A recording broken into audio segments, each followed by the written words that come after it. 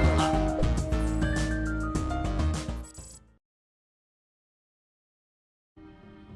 Oh my god, where are we? Who are Hello? we? Oh my god, Who nobody's are we? watching this except us. Who am I? Still, who am I?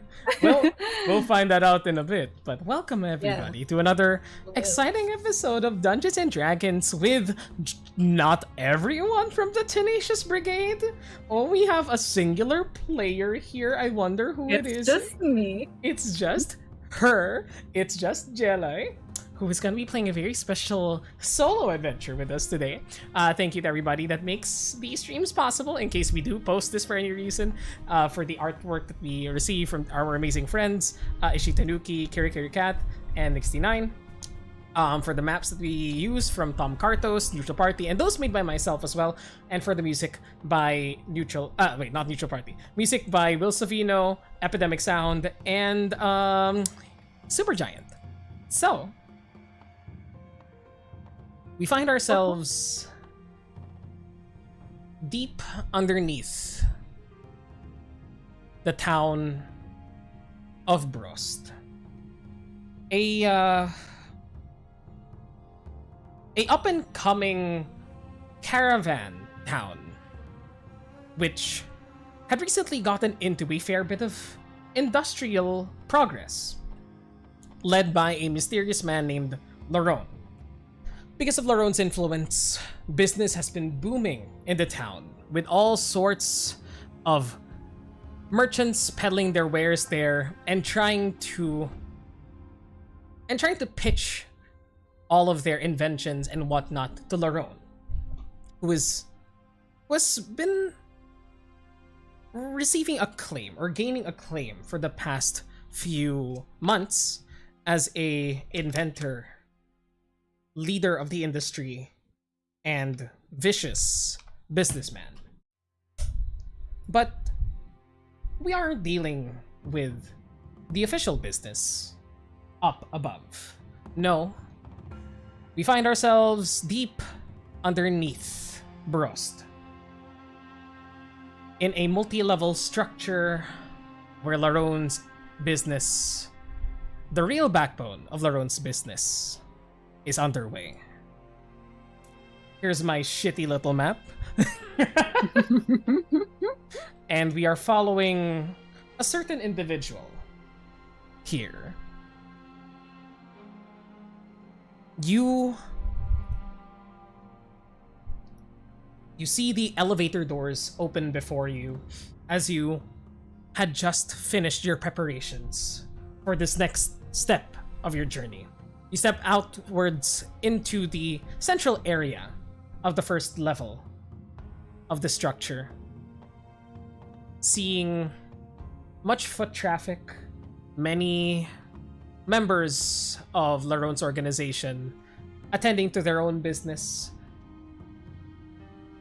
delivering all sorts of goods, both illegal and not, to various storage areas or back to the tunnels that lead into the town of Brost proper. You know now, when business and people are busy, that it's the time to strike. But might I ask, who are we following in this little chapter here? Could you introduce yourself, Jelly? Could you introduce your character? I will be posting a picture first. Okay. So, I have been holding this in for the longest fucking time. But here is my character. I'll post it in Team B sides. Okay. I'll open it. Okay, here we go! Here we fucking go. You've been teasing me about this for so fucking long! Here we fucking go. I can't fucking wait! I'm gonna... Sorry. Anybody who watches this, now you know what happens behind closed doors when Jella and I hang out. Just look at this gorgeous woman. Gorgeous. Introduce your character. Okay. So the character we are following for today is, I don't know. I don't want to like reduce her to just a female version of a character that Oh, is in a different RP, because she is already a completely different character. Of course. In a lot of regards. She is she stands at around 5'6". She has brown tan skin. In a more modern sense, I guess she looks a bit like Southeast Asian. She has pink hair that like a like rose quartz pink hair that grows out of her head naturally that way. She has kind of like this curly hair that is tied up into a ponytail. She is wearing some minimal makeup and some accoutrement. Accoutrement, yes. Love it.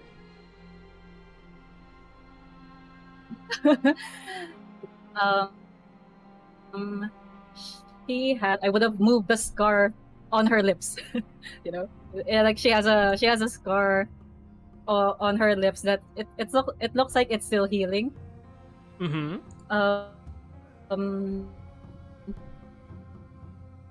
She is wearing like this multi-layered kind of dress, and I don't know. I guess she is kind of she also like has this blade that is like wrapped and like sheathed, so you don't see what it is. But I guess she's like, there's an attempt to conceal it. Mm-hmm, mm-hmm.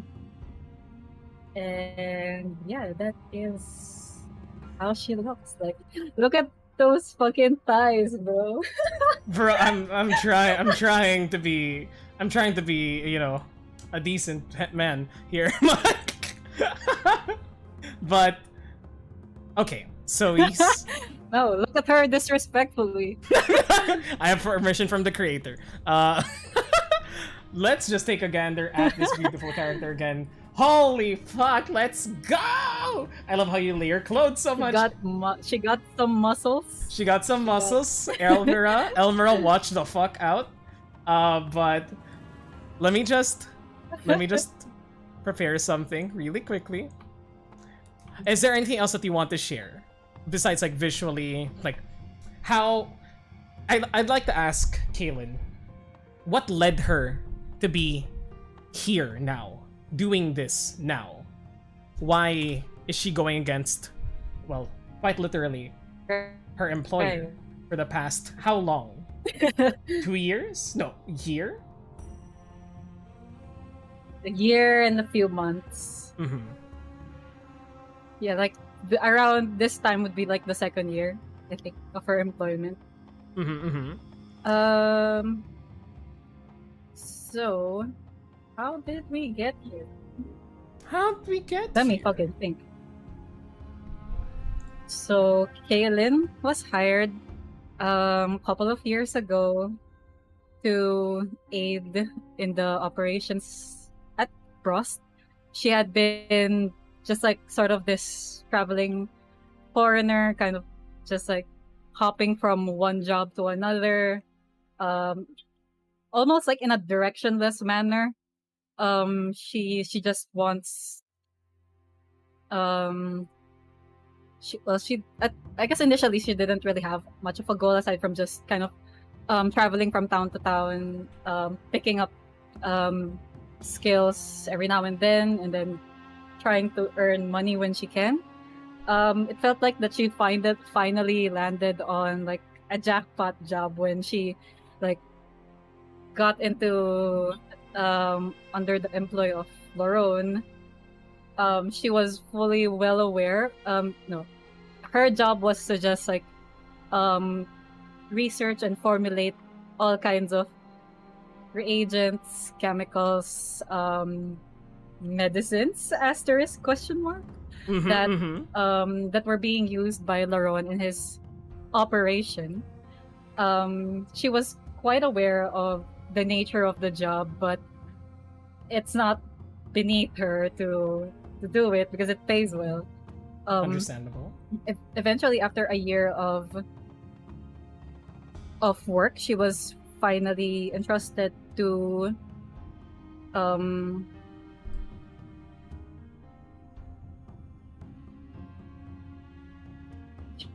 she was finally entrusted to do someone's organization that she has only glimpsed few times. Mm-hmm. So the canary lives in a bird cage, this lavish bird cage fashion thing that is like on top of this facility.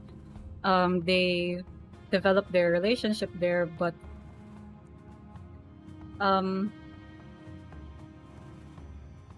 there was an incident where eventually she was asked to apply some of the terrible concoctions that she helped develop on Canary upon How tragic. Laron's order. How tragic. But she refused. And then eventually she was found out that she was not doing her job. So the punishment for it was that she had her tongue cut off. And then after that, she formulated a way to escape, and then she was still being forced to administer things on Canary until Canary's mind finally succumbed or broke down whenever the medicine's effects were. During this time, she also studied and learned how to transfer her thoughts in a telepathic way, so that she can communicate to others without having to speak. So now she has finally gained the strength to try to escape, and she's also going to try to bust Canary out in the process. Yes, so here we are. So here we are. Breathing Wait, deeply. let me just post. Go ahead. Please go ahead. Sorry, this is like a segue. Let me just post what OGK Calum looked like, because it's like, how do we translate this into like, she looks very like summery and like summer-y. Yes. And then yes. she looks like she's dressed for warm weather. And then Caleb looks like he's dressed for cold weather. Anyway, I just like how the design translated. Well, let's just compare and contrast on stream. I like that this portion of the stream is just, this portion of the game is just, us freaking out because, well, we don't know if we're sharing these, but just look at them! Who was the artist who made these fantastic pieces? Jelly, could you tell us? Could you tell us who? Who is it? These were made by Jelly. Yes. Artist notes in just like side note. I was trying to like find the balance on like how to translate their designs into one another. Yes. Obviously there's like a lot of visual things. Like I wanted, since Kaylin is a blade singer wizard, she had to be a little more flashier than Caleb, who was just like an NPC essentially. He's not an adventurer. And then so like I wanted it to look like if Kaylin spins around, there's just like a lot of movement that's happening around her skirt. Oh, I love it. Okay, so with that, with those design notes, that is those wonderful design notes translated. Design notes. We can get started. Okay. We can get started. So, Kaylin. Do you want the token? I have. I'll give you the token. Oh wait, do you have a token? Okay. Sure. Give it to me. I'll use that. No. It's just like it's just like a crop naman. Okay. Sure. Look at this girl. And Jelly, check the stream as well. Check the stream. Okay, give me 1 second. Just wait until it updates. Oh, I love this cut. Thank you. I will use this. Oh, I love it. Oh no, you spelled my name wrong. It's double N, not double L. Double N, not double L? No! Really? Ah! I can Photoshop it. It's okay. We can take time. We can take time here. It's okay. I like how Kaylin has a bigger nose than Calum. It's just it just went out like that in the art. Okay, we can use this token for now. And let me just change the name. There we go. Sure. There you go. So you have a full body. Just so we can see more of the outfit there. Do you know what? Do you know Yes. what Kaylin means? No. Please tell us more. In Irish, it means powerful warrior. Yes! Yes, bitch. This is how we do it, fuckers. Damn. My We brain. are. This is all just like, you know, D&D is really just for us. Fuck everything else. This is for us. I am just being crazy over my own character. Not mind me. Whew. You're fine. You're fine. You're fine. I Sorry. have not played D&D in a month. Yes, please. give us this. Give us this. This just takes a bit Give of prep. It's okay. It's not. Ah, I'm so excited. Okay, let me just export this.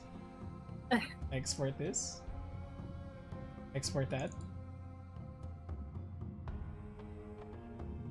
Double N. Okay, there we go. Straight out. I should probably I should honestly make this a faster workflow for myself. But like this is pretty fast. Okay, it was a surprise. It was a very good surprise. Thank you so much. Whew. And read this out. Save it. I hope export the summary process. sounded nice because I was just thinking about the amount of shit that we formulated over the past few weeks. We haven't. That's another thing, folks. If anybody watches this, if we ever upload this, we freaked out about this like months ago, and this is finally the culmination of hundreds of not hundreds of hours, like dozens of hours of brainworms just fucking Yeah. pumping into our bodies. So And every like 4-hour, 5-hour session of brainworming that we had just kept on leading into more and more revelations about these characters. oh my god, what are we doing? I think it was a meme that Mart sent, that was basically like a typical day that we can give our OCs, and it's like somebody going up a hill, like very gently, like pushing a wheelbarrow, and then the actual day will give our OCs, and it's like the road is now full of potholes, and like there's an explosion happening. Oh baby, does our OC think that it's going to have a fun time? No. This is one of the worst things that I have done to a character. Yeah, me too. Samesies. Samesies. Tragedy. I love it. So yeah. Good. One last thing. Yes. Nah, go Yes. ahead. No, you first. What I'm were you done. gonna say? I don't know. I don't have anything else. Okay. I'm just fixing your token because I want your name to be correct. This is for the history books, Thank you. people. Of course. You're I would good. be mad if We're somebody good. misspelled my name. So, yes. Especially somebody whose name is powerful warrior. Yes, yes, bitch. Okay. Lesbians are winning again. every time. Keep winning, lesbians. You deserve it. Close this. Open this. Move that. Move it here. Okay.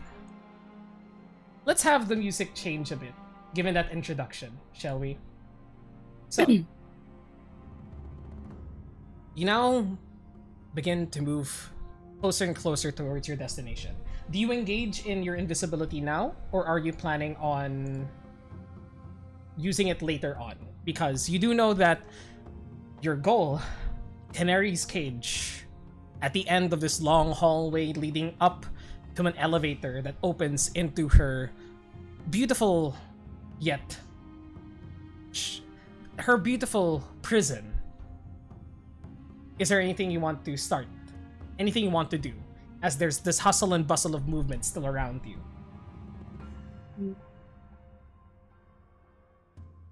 Right. So there's still like a lot of people going around in this level. Much less, still a lot of people, honestly. Less than before because you know that the Capitanos and Laron himself have left this facility to investigate something happening on the western edge of the Wheeldath. Something important, something that they were researching for the past few months. You haven't heard much about it. You just know that it's something to do with it's something to do with a town named Aramanchi, but you haven't like looked into it because it's not under your purview. But you take this opportunity without all of them here, and probably the workforce that you see around you is around like 50% than normal because some people are slacking off. Some people are doing other missions for their Capitanos as their Capitanos are away, and really, all that you know is left here is you. Yeah, I would have. I'm guessing like I would have been. I don't want anyone to know where I came from. I don't want any eyewitnesses. So I would have been. I would have cast invisibility right from the very start. Yeah. Okay. You cast invisibility right from the start. And moving forward, let me just make the music more sneaky weaky. Stealth. Sneaking.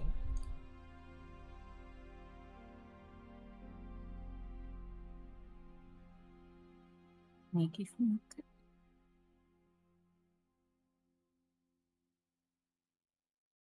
You head further north from your current direction, from your current position. As how does your magic look when you cast invisibility on yourself? You find a quiet corner where people wouldn't normally pass by, probably like a storage room or like a janitor's closet within the central area, and you cast a spell on yourself. How does your magic typically look, just for purposes of visuals? So I've been thinking about this as well. Yes. Good. Kaylin's leather book isn't actually her spell book. Okay. Her spell book is part of her clothing. Like if you could imagine like parts of her clothes having a lot of patterns all over them, particularly the sleeves and like the pink coat that she has on. And then whenever she casts a spell, like various like runes on her clothes light up. And that's like what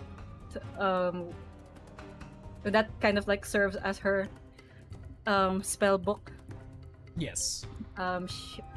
So like when she casts it, does invisibility have Concentration. it's like what since invisibility has like a verbal component, sometimes she's still like, it's almost like she still speaks the words, like her mouth forms the words, but since she doesn't, she can't say anything, you can't really mouth anything.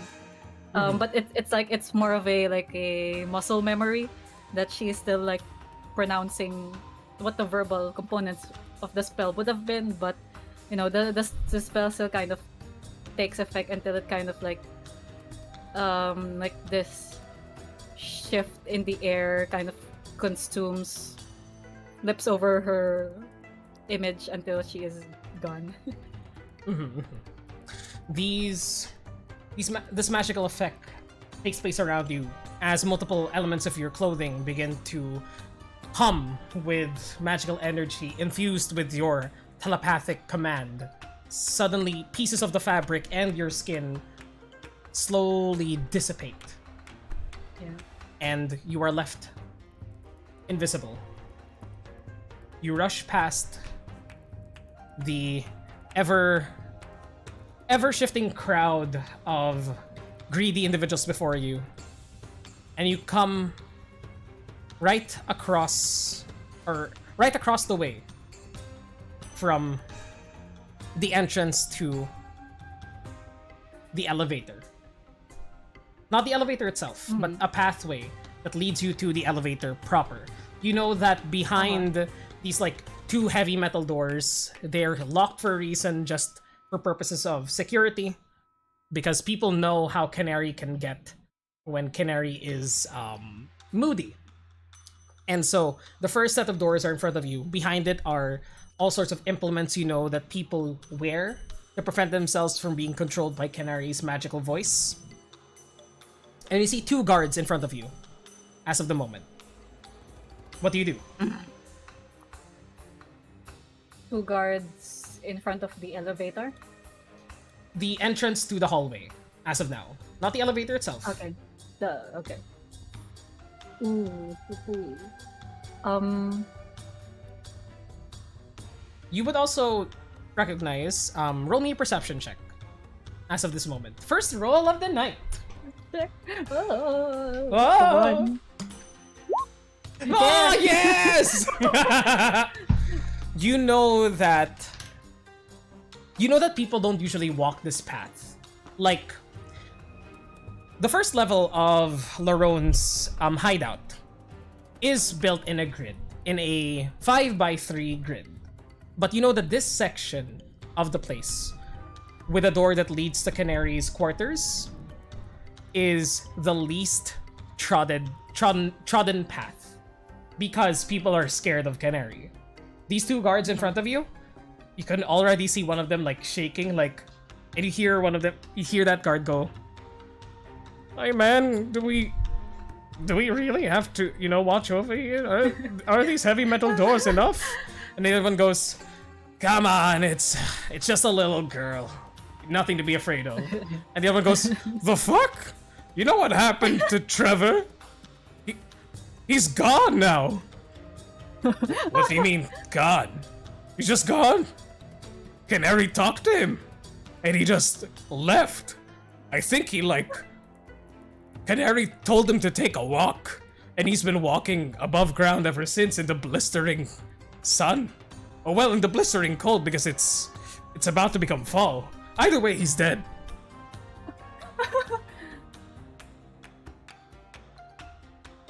And then they just continue this conversation. And you don't see anybody passing by. Like, you see people at the edge, like, further ahead, and just to, like, measure the distance between these portions, it is around, like, 150 feet. Between each, like, vertex in the grid is 150 feet. And you can see people just, like, begin to, like, walk this direction and immediately turn the corner just so they can take the long way around for safety's sake. It's only these two guards right now. If it's possible, Kaylin would have like walked like maybe like closer to them, like maybe even behind them if she could have. And then she can't speak, she doesn't have, she can't speak anymore, but she still has a voice.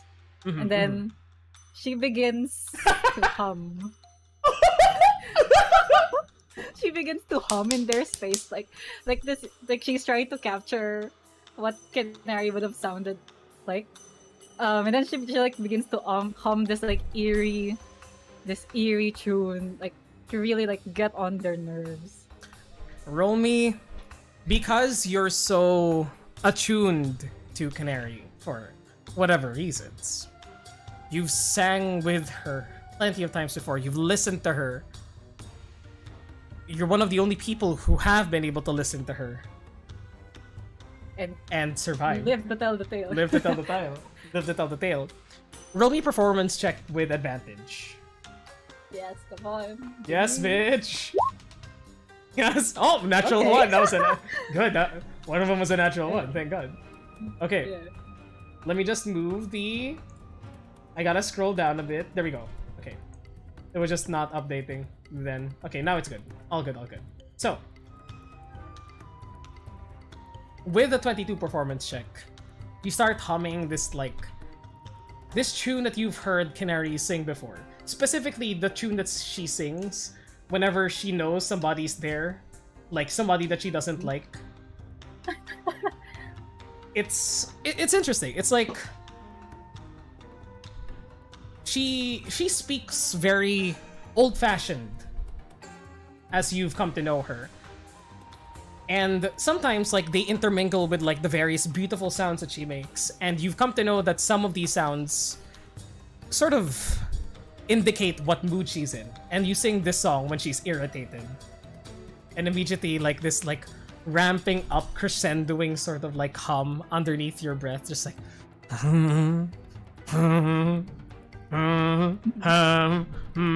just the Jaws sound effect basically.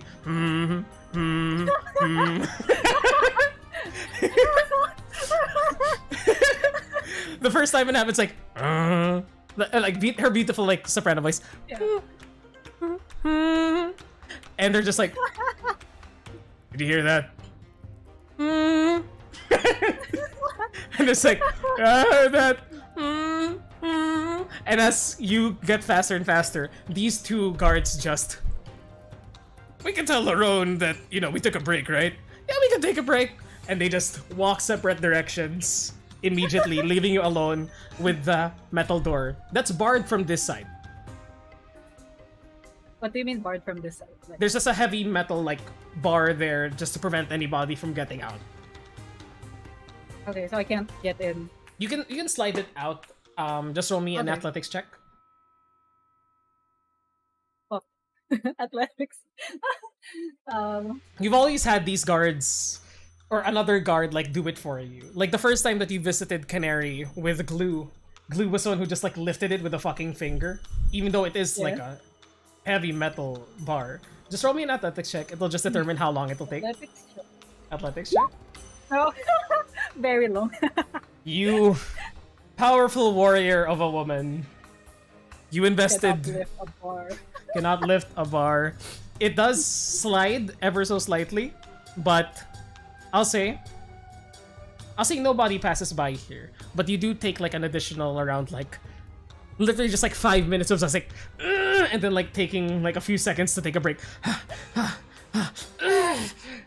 How You does just keep Glue doing do that. this? It's Glue, man. You know that he's one of the strongest people you've ever met. And eventually, the bar slides fully out of its socket, and the heavy metal door begins to swing open, like... And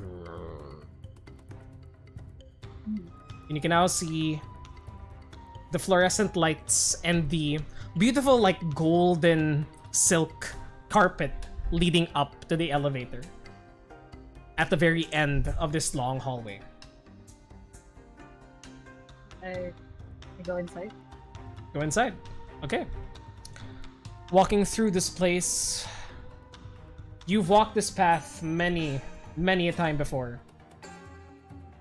But it's only now that you've come here with the belief that you want this to be the last time you see this place.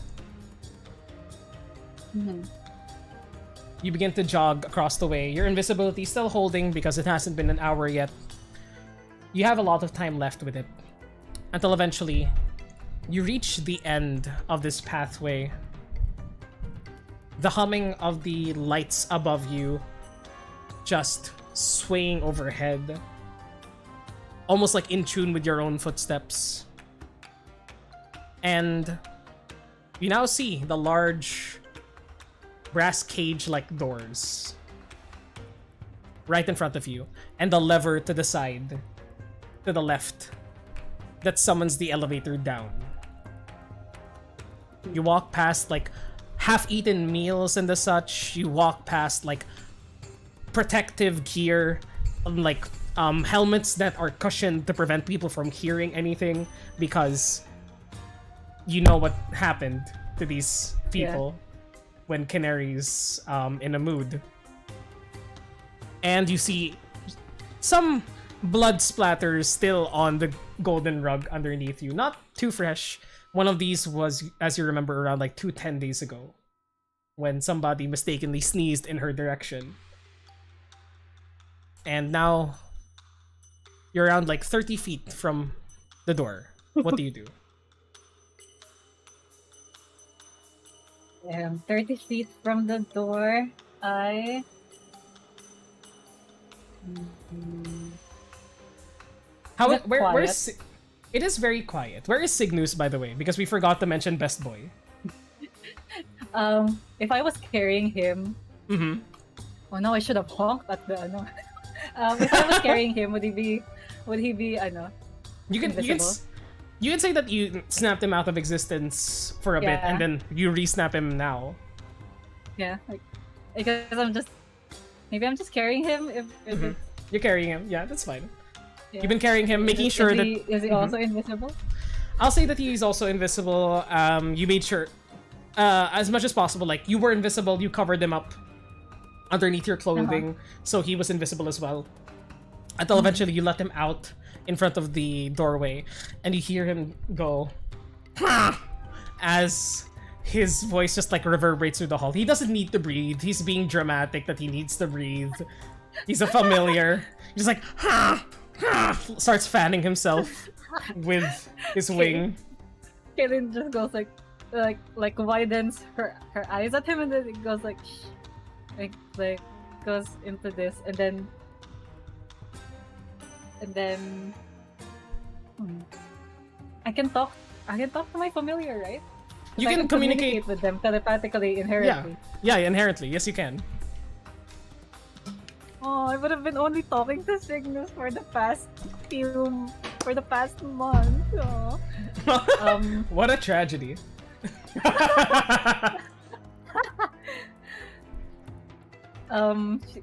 she would have said or thought like, this is it, Cygnus. And then she starts to reach forward for the elevators. As you reach forward to the elevators, and you send out that psychic message to your goose, Cygnus, can Cygnus roll me a perception check? Can both of you roll me a perception check? Actually, So, you should have Cygnus's character sheet. You can just roll a wisdom check for Cygnus in that case. Oh, actually, you do have perception there, so you could roll it yourself from roll 20. oh, 16. sorry, It's okay. why is it doing that? I think it's And it's just then a for setting that I me, have for it. Let me fix it. okay. Go ahead. Should be Then for 16 me, naman. um, There you go. same. We have the same brain. As the two of you like nod at each other in agreement,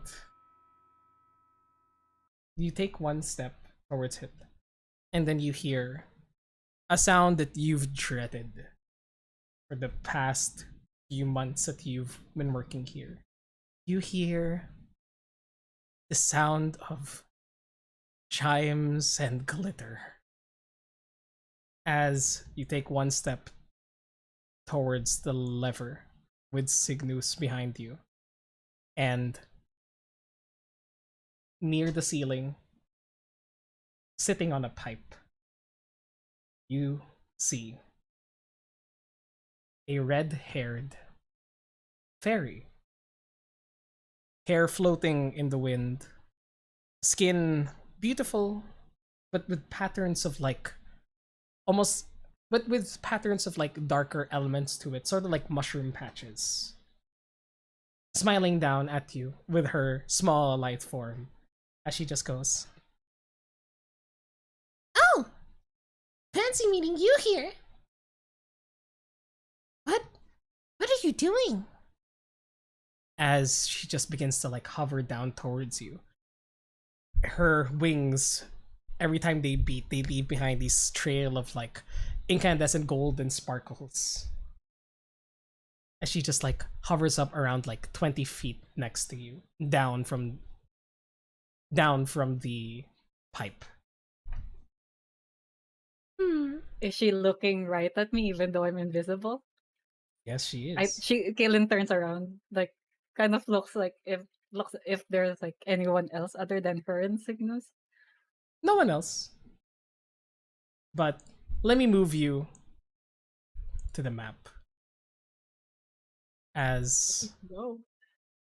we just Move them, change the music again a I bit. made her. Why did I make her?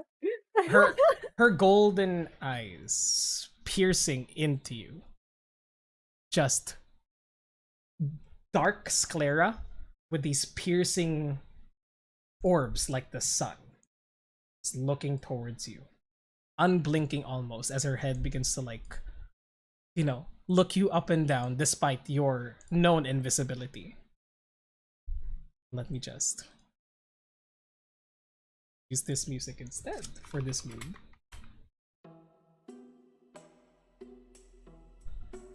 I thought Laurent told you to stay downstairs. There's a lot of stuff that you should be doing, and I don't think he'd be appreciative if you, visited her again.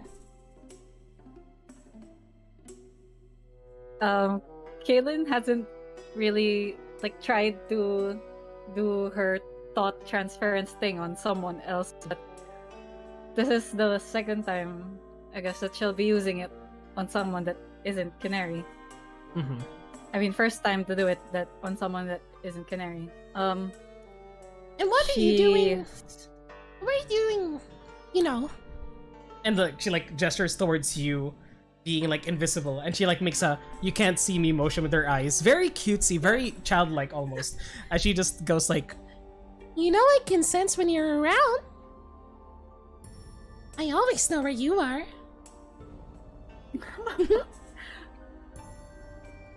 Kaylin makes a surprised face, and then she just shakes her head, turns back to being serious, and goes. Her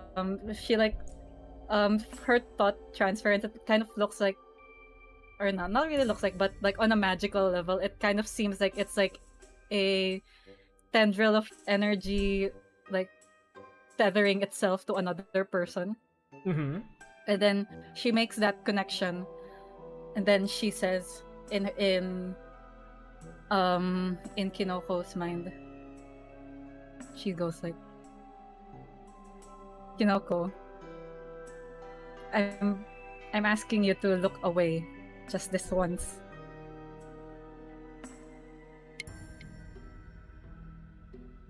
She turns around and goes, Well, I'm looking away. But what are you doing here, Kaylin? I thought, first of all, I didn't know you could talk again. So, congratulations. We can have our old-fashioned conversations again, and you don't have to sit around just listening to me prattle on. Though I know you like it. But and she's still turned around you. Her wings are keeping herself afloat, and her legs are crossed in the air, and she's mocking a sitting position as she cranes her head towards you and towards the goose. And Cygnus's feathers are ruffled the fuck up already. It's ha ha ha ha. Just looking back towards you, looking back towards a fairy. Like it's already the fucking the fucking stance that the gooses have. Yeah. Trying The to angry intimidate stance. something. Yeah. Pretty much the angry stance. And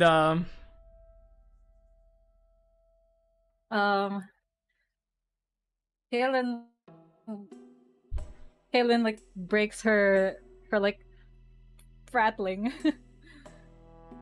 And then she says,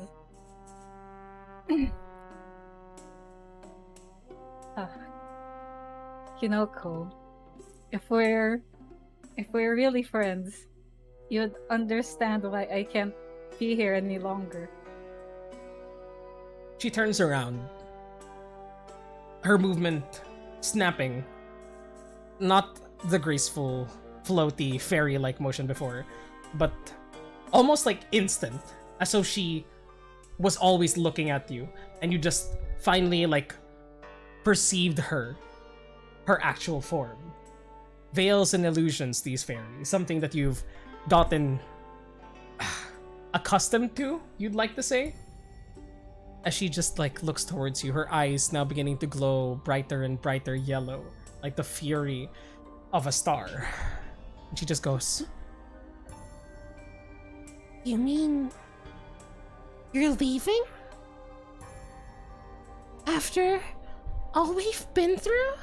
and she begins to like hover closer and closer towards you, inch by inch. After all the games we've played? The food that we've shared?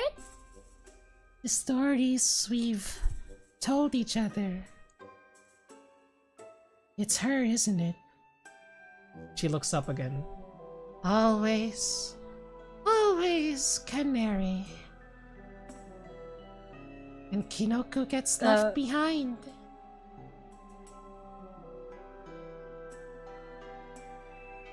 You can like Kaylin is like I have worked with this first. She's still like trying to appeal like to her mercy. She's like, but at the same time she's almost like reaching for her blade, slowly. But she's like, Kaylin just goes like, we can leave together. I can leave anytime I want.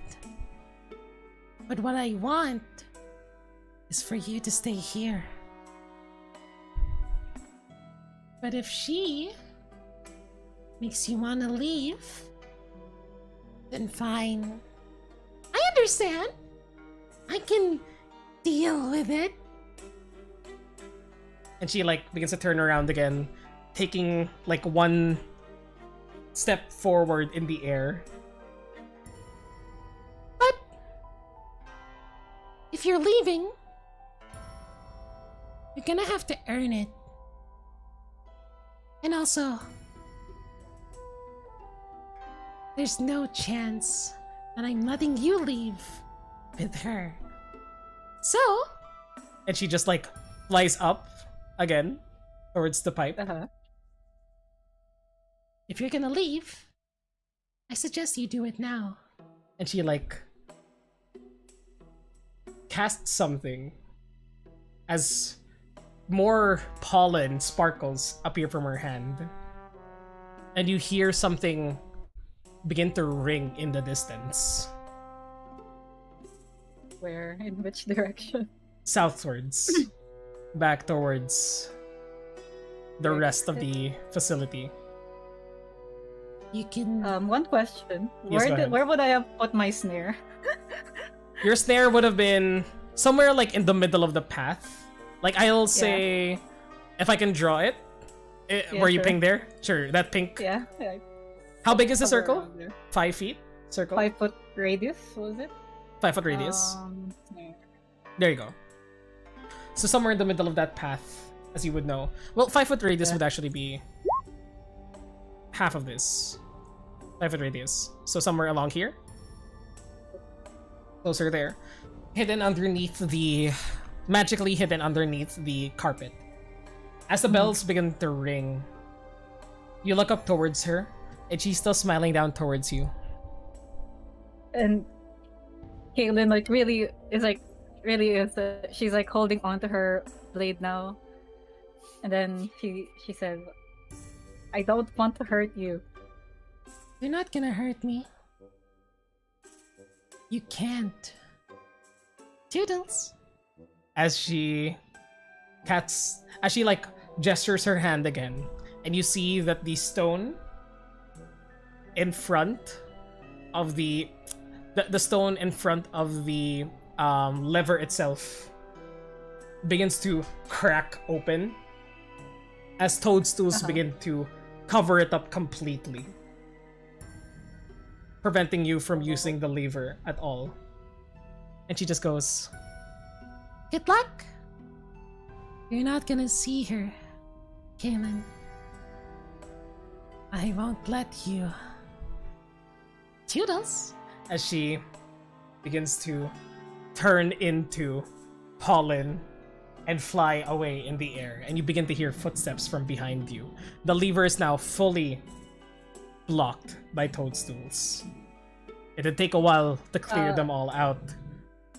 And you probably know that if you try to have other means of going up, Kinoko's gonna be there to put a stop to you. The footprints get louder and louder. Is there anything else that you want to do, by the way? Sorry, before we continue.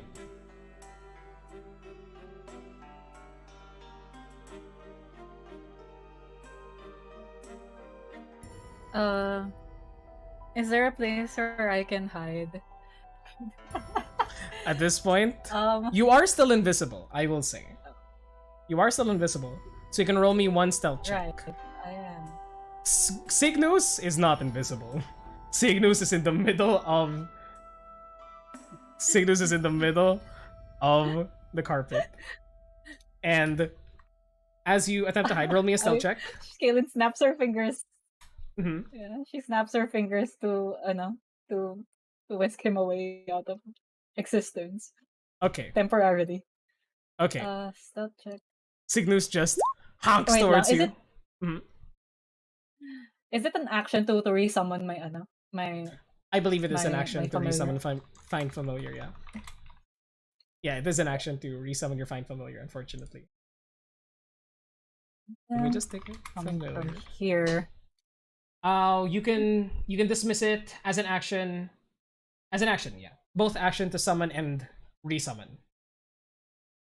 To make it disappear and to resummon. But as Cygnus disappears and you begin to hide, stealth check 10. You try your best as you just you have advantage because you are invisible. Roll again. Just once more.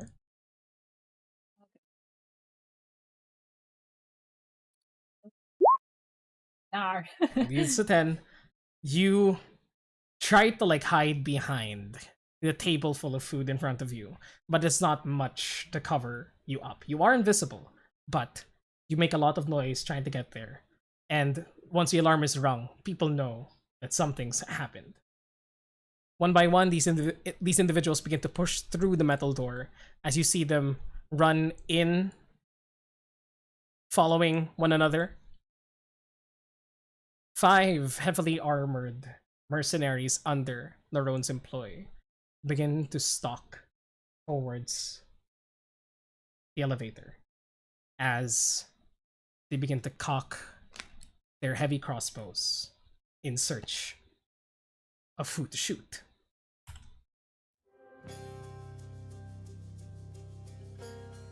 Okay. I'd like fucking everybody Yeah. to roll initiative. Thank you, No Escape. Oh, perfect. Initiative. Fuck.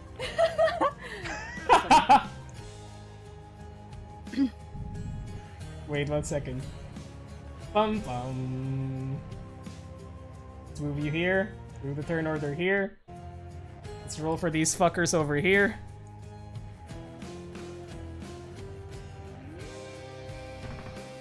Oh! Fucking nice! I hate it. Oh, damn. I rolled a natural one. But it is your turn, first of all. You are still invisible.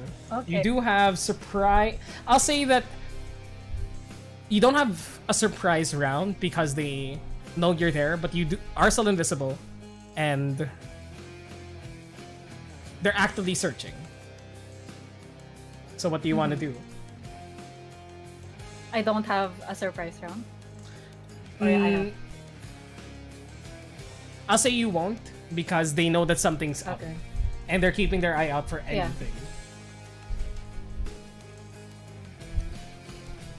Okay, wait lang. Let me think about what I want to do. Go ahead.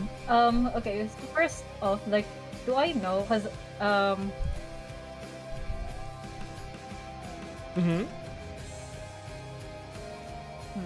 okay. Do I know if there's some kind of other passageway in this room that isn't the back door? That isn't the door here. Do I know if there's possibly a tunnel Somewhere going else. into somewhere else? You've Yeah. I'd say you've explicitly studied that because you want to be, because this is like where Canary is accessible from. There's no other way to access Canary besides here, and there's no other way out besides the heavy metal door past the 5 guards down south.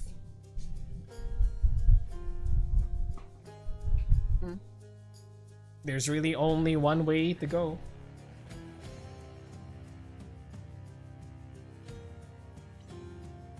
Would I know if there's like any, because like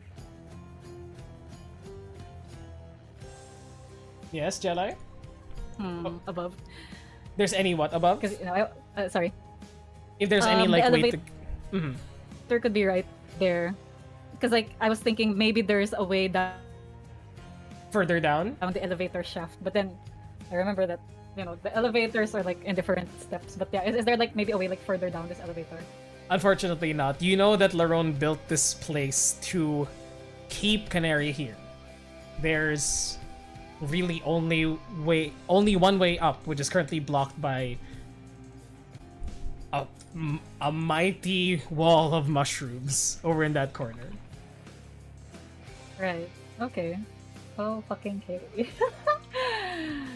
Let me just use something visual for that. There we go. Bang. Terrible lesson. Nice.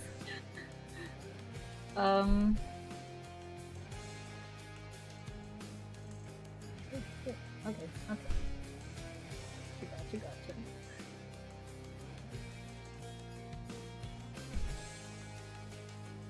It's okay, take your time. It's your first time with this sort of character, and I know that you're probably thinking a lot. It's why we have this session. Yeah. Why didn't I take a fucking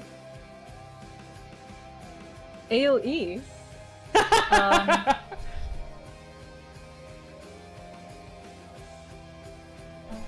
Something to add if I survive.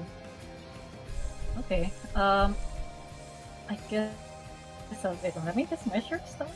Go ahead. So far away.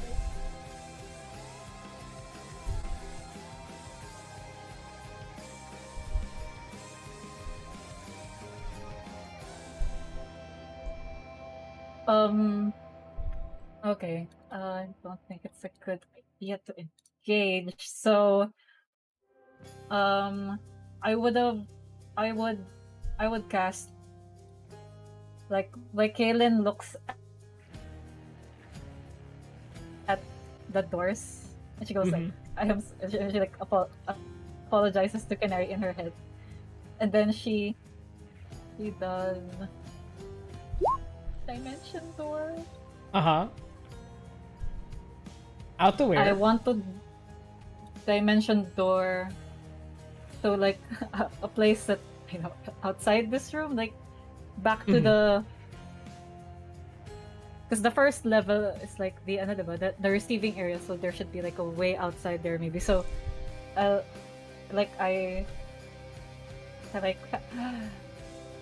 Kaylin would have been smart enough to specify how far it is, but like somewhere outside here in a pretty safe-ish distance, back to the to like the hall behind here.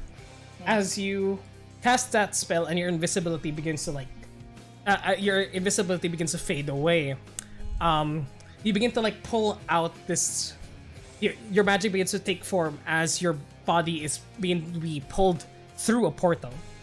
But however, I need you to roll me a spellcasting ability modifier check. As you feel How do I do that? something pulling you back. Roll straight intelligence check for me. Intelligence. As you feel a force preventing you from leaving that easily. We'll see. 11. As your invisibility disappears and you feel yourself being pulled through a different being pulled through a portal somewhere, and you hear Kinoko from somewhere around you just go, Well, I said you could leave, but not that easily. as your dimension door spell has been destroyed. She used her reaction ability, prevent passage. Damn. Mm-hmm. Damn. Does it consume my spell slot? It does. It still does continue your spell slot. But you casted the spell. You are no longer invisible. You are now sort of out in the open. Uh-huh. And you hear Kinoko from behind you just glide away to wherever as her voice just goes as glitter and sparkles come with her. And now you see all these guards spot you and go, "Haha! It's the alchemist girl. I thought we told you to stay downstairs where you belong. But since you're here, I guess we can have, I guess we can dole out some punishment in place of our boss. Boys," as they begin to take out their heavy crossbows and maces, you see on their bodies, like, they have various, like, vials glowing green and red next, like, strapped to their waist. Creations of Laron's own design to basically enforce a more powerful form of security, as it is now their turn. Unfortunately, your turn. Oh, can I? Mm-hmm. You can still. What's my turn wasted? Your action. Oh, I can still use here. Your action is gone. You have your bonus action and you have your movement. Yeah, I would.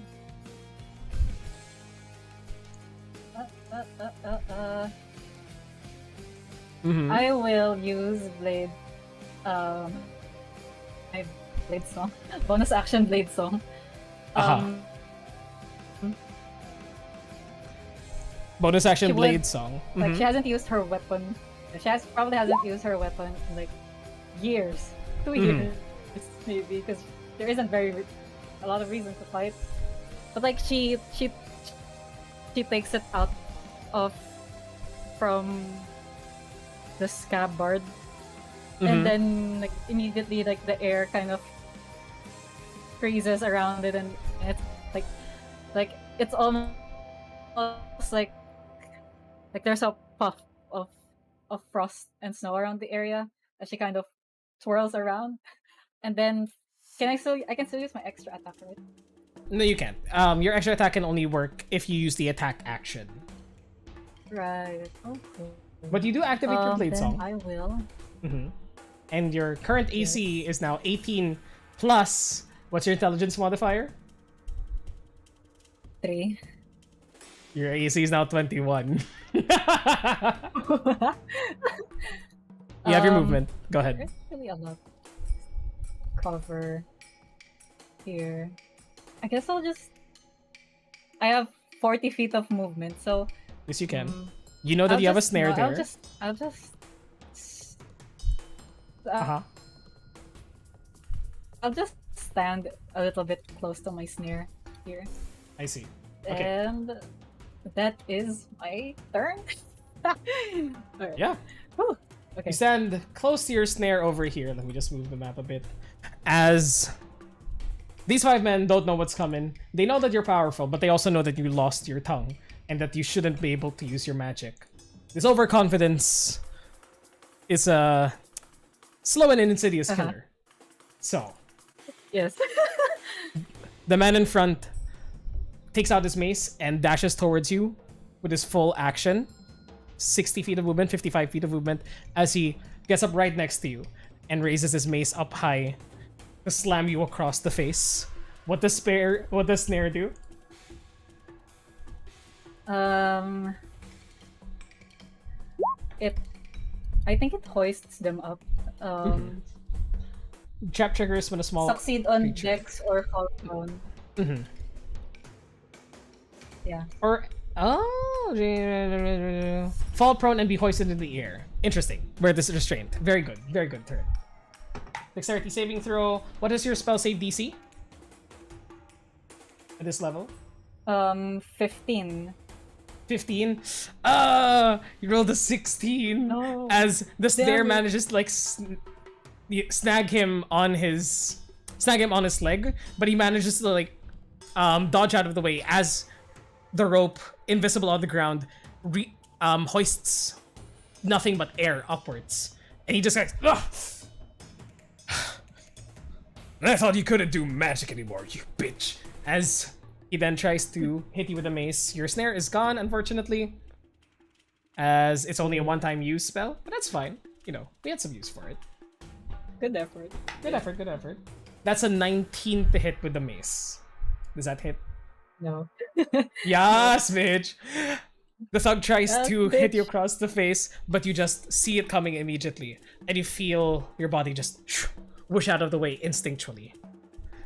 The mace hits nothing but the rock to your side as bits and pieces of the tile floor begin to crack and begin to crack around you. Okay, that's one of them. These other two will run up in front of you. Oh wait, no. He couldn't have attacked you anyway because that was his action. So, doesn't matter. He did miss. But two of them are gonna be right up next to you, trying to attack you. This one moves a bit closer. This one hides behind this armor set. This one hides behind this armor set. And they will all make... Are you within 20 feet range? Not within 20 feet range. They all just take out their heavy crossbows and each one makes a shot towards you. First one, that is a 22 to hit. It hits. You take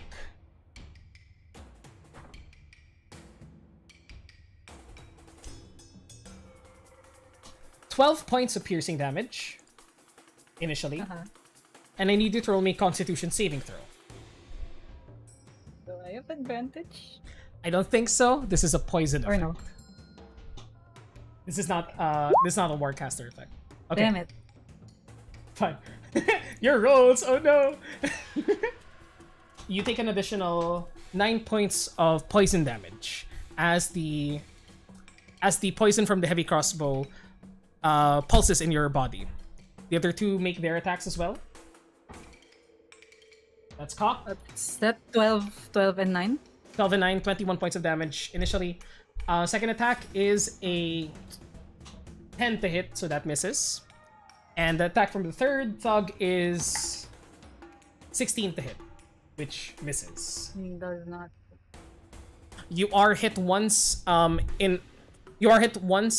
you're twirling around, brandishing your weapons and starting your dance. You dodge all these attack. You dodge. You aren't able to dodge the first crossbow bolt against you as it just nails you in the shoulder, and you feel the poison just like pulse as it cuts through some of your flesh there. But this like brings you back into focus, and you see two more bolts coming your way, and you just like easily deflect them with your frost tongue. It's like ting ting as the bolts are like cut in half and partially frozen where you hit them. That is their turns. It is now your turn once again. Then again.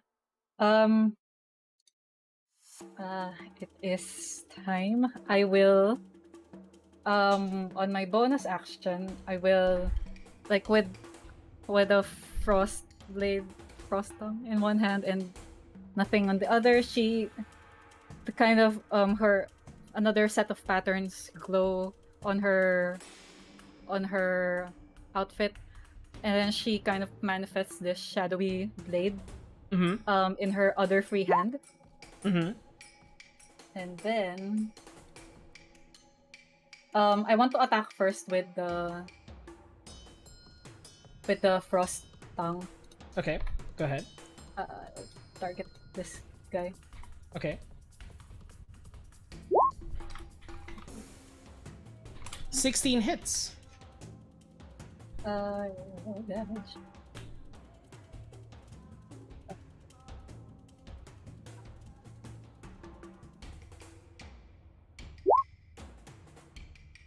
Eight points of frost damage. Yes. Okay. And then I will, using my extra attack, Yes. I will cast Green Flame Blade. Let's go. I will attack. Tama ba? Yep. It's like I attack first with the Shadow Blade. 2d6, which is 2d8 psychic damage. You have to cast the bonus action spell first, though. Just to keep in mind. You have to cast Shadow Blade first. You haven't cast it yet. Oh, I casted it as my bonus action. Oh, you did. Okay. Oh, I know. Yeah, you did. Cast it as your bonus action.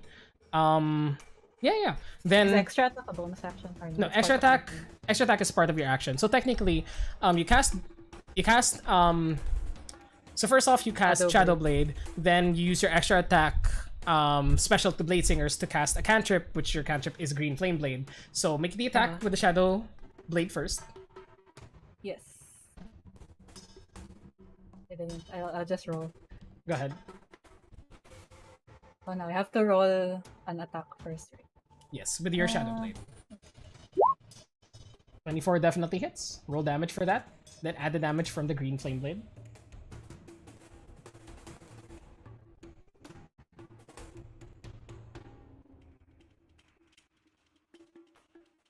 This lagging. It's not doing the damage. Oh, there we go. 7. Sorry, it was 7 not points of doing the psychic damage. damage. So like I clicked another one. Oh, good. Then Okay. for the green flame blade, Okay. it is dalawang 2d8 Mhm. plus 3 on the creature. This. Damn. Okay. Shoot! Another 16 points of damage and then 17 on the other creature? Shoot! Damn, the second Yeah, creature. if it's correct.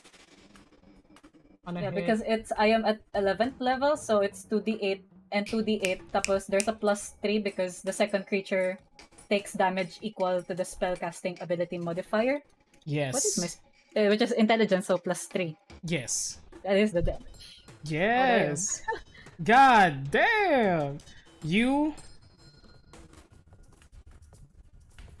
cause this vicious flurry of elements to erupt from your blades. First of all, slashing which creature pala? The one to your left or the one in front of you? On the left. Here, The one that yeah, first on the attacked you first. Yeah. Or Yeah, the rush to you first. Slicing him across his chest with the frost tongue as the ice begins to like cascade across the cut marks. You see the flesh begin to like blacken and blue. He just goes, ah, bitch, and you just like turn around as well with a very quick motion using your shadow blade. Now cutting through the ice, cutting past it, and then suddenly this burst of green flame erupts from within the iced over wound. As you see, like bursting out from the ice initially created is this wave of fire that just engulfs him completely, as well as the companion next to him. As the companion takes 17 points of damage. The first one drops to the ground, dead. Oh, damn. Yeah, one down already. Let's go. Let me just restart Hydra because it was lagging a bit on my end. Was it lagging on your end too? Hopefully. Lang my Go ahead. I think I can still move, but yeah, that is. Wait, let me check if I can do something else. Blah blah blah. Hydra sounds bad. I don't know why. Let me kill my video as well, just so you don't have to take. That is my that. turn. Okay. Let me just play different music. Hello, can you hear me? Hello. Yep. DIY? Yep. Hello. Yeah. All good? All good? Can I use the bathroom for a sec? Sure. Take your time. BRB. I'll figure out the solution for let our... me also like yeah, let me also like restart my internet. Sure. Go ahead. We'll It's, take like, a break, very choppy. everybody. It's also Hydra's also choppy on my end, so we'll see. BRB. BRB.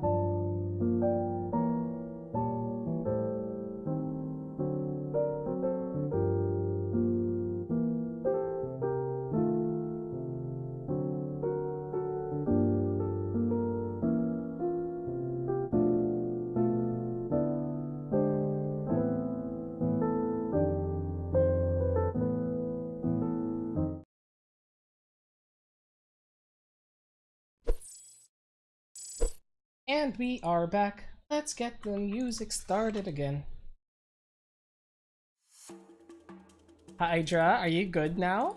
Is everybody good? I think everybody's good. We sound great. Anyways, where were we? You just killed the person, right? Okay, so Yep. with one of these thugs down, you see him now, like his chest completely split open as the rest of these individuals like look at you. Now realizing that you are still as dangerous as you always were. That's the end of your turn. Kaylin, you can move if you like. Yes. But this person does might take an attack of opportunity against you.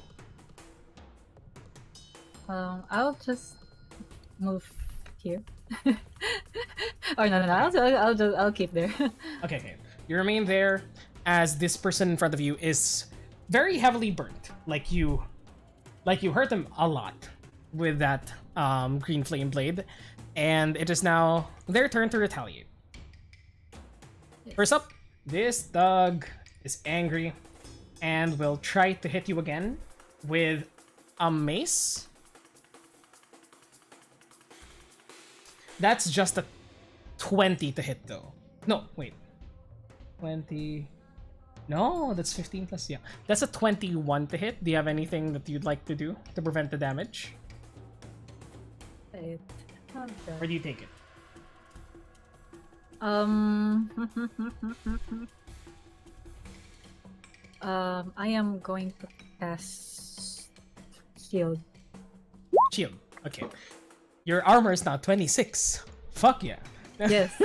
For the rest of the turn, your armor is now 26 and gets all of these attacks. As he finally like manages to like land a hit on you, he like gives an uppercut swing with the mace, trying to like nail you right in the chest to make you lose your breath. And your clothing begins to like react once again to this element of danger as the threads harden with your use of shield and arcane prowess. You were not hit by that attack. These other ones, though, this one will get as close as he can towards the fight, and will take out one of the reddish orange flasks and chuck it over his companion as you are within 20 feet of him perfectly.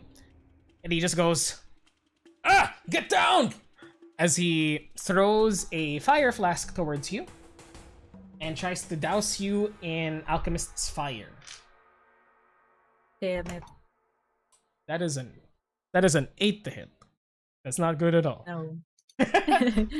He tries to chuck it towards you, but he managed to seeing the soon to erupt ball of flame there. 1 second. Let's play the music again and loop it this time around. There you go. You use your you use the ice infused in your frost tongue to catch it in the air and slice across it, neutralizing the effect as it harmlessly falls down to the ground. You knew that it would do that because you're such a smart cookie and you're so good at alchemy. Crazy. Crazy good. These two other ones will remain will continue shooting at you, trying to take you down with the poisoned crossbows and break through your defenses. Yes. One rolled the natural 19 plus 5, but 20 plus 6, that's 25, still doesn't hit. Insane! Baby, stop hitting me. Stop hitting me. And the other one rolled a measly 15 to hit. So, try as they might, they can't break through your defenses as they all miss entirely. There's literally no way for them to hit you, I realized, without rolling a natural 20. In this form. Yes. Wonderful. Crazy girl. Yes. I love it. Um, Let's see. Yes, go ahead. It is now your turn. I will attack using frost tongue. The guy in front of me. Yeah. Yep. Bonus action speak. 26. Yes. 26 definitely hits. Roll damage towards this poor fucker. 6 points of frost damage. Are you adding your dexterity here? Oh yeah, you just rolled the 1 and a 2. God damn. Yeah. Okay. He is looking very hurt, but still standing. From your frost tongue. Okay.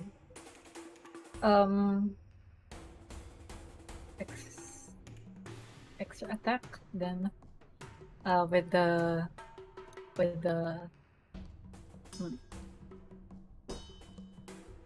extra attack using Shadow Blade. Alright, go ahead. Natural 1, unfortunately, as it misses. No. This fellow tries to he steps back from the first hit as the ice begins to like coalesce down his arm as you manage to nail him across like the back of it as he turns around. The Shadow Blade, you try to strike straight through his throat, but he just manages to step away in time. You do still have your bonus action if you'd like to use it. You can attack? I can still make an attack. Yes, if you use a bonus action. Okay. 2-weapon fighting. Crazy. Can I attack using the Shadow Blade again? Yes, I'll allow it. 13 unfortunately misses with the armor. He's still wearing pretty decent armor. It's kind of hard to get through to somebody like this, as everybody misses everybody this turn, pretty much, basically. Your shield goes away. You're back down to 21 AC, as this individual will, seeing that it's hard to hit you, will try to let go of the mace and tries to like grapple you, taking you by the shoulders and just like pulling you into a rough bear hug. I'm trying to grapple check you for his attack. That's an athletics check. You can make an athletics or acrobatics to combat. I think I have. Do I have a bonus? I think I have advantage on acrobatics, so I'll do acrobatics. Where do you get advantage on acrobatics? From Blade Song. Oh, let's go. Okay, go ahead. Roll acrobatics. Hello? Yes, I hear you. Can you hear me? Yes. Yeah. 5 and a 7. Jenna, you gotta get rid of these bad rolls. Yeah. Unfortunately, he does manage to grapple you as you are now grappled towards him. Your movement is down to 0 and you cannot move. That's pretty much it. That's all that grappling does. But he just goes, I got her! Fuck her up! And this one will get around you towards the side, and will make use of this opportunity using pack tactics that they have together. Advantage against the creature. Oh, damn. Good, because the first roll was a natural 1. Second attack is with advantage a 12. So even as you're grappled down and like being held down, you just manage to like turn your body so that if the attack hits, the guy gets hit instead. And so the companion like tries to like nail you with the mace, but then you like turn around because you're so slippery, and he just has like pull back because like, ugh, damn it, hold fucking still. And the other two, they don't have pack tactics because these are ranged attacks. Actually, they'll move a bit closer for the rest of their movement. From here, 1, 2. Wait. From here. From here, 1, 30. Okay, that's their movement. They're not within range to throw stuff again, so they're just gonna keep shooting at you. First attack, that's 19, misses. Second attack hits with a 23 with a heavy crossbow. You take 4 points of piercing damage, plus I need to roll me a Constitution saving throw again. 15. This is this one is not with advantage. This is just for the poison. So you take half of 4 points of poison. So 2 points of piercing damage plus the 4 from earlier, 6 points of damage total. And now I need you to roll me a Constitution saving throw with advantage for concentration on Shadow Blade. DC 10. Okay. You're good. Yes. You remain concentrating on Shadow Blade. Up next, it is now your turn. As these four are now beginning to bear down on you, one is still grappling onto you. The other one is trying to hit you with a mace, but is finding it difficult because of your movement. It is now their turn. It is now your turn. Sorry. I thought it was their turn. Like, oh, Again, it's like fuck you. You don't get another turn. Let them hit you. I can still attack her. Yes, you can. Even though you're grappled, you can still attack. It doesn't really like do anything to you. Can I use extra attack first, or is that a thing? Well, you can. Or You do can I do. have to? I'll allow you to like mix and match any of your attacks together. There's no worry there. Yeah, I'll hit with the shadow blade and do like the green flame blade. Mm-hmm. I'll hit with the shadow blade first. Please hit. 19 hits. Roll damage. Yeah, full damage. Roll Full damage. blade. No, kill them. 5 points of damage. Another one. And then I'll do another green flame blade. On the two of them. Okay. Damage. What's your green flame blade using?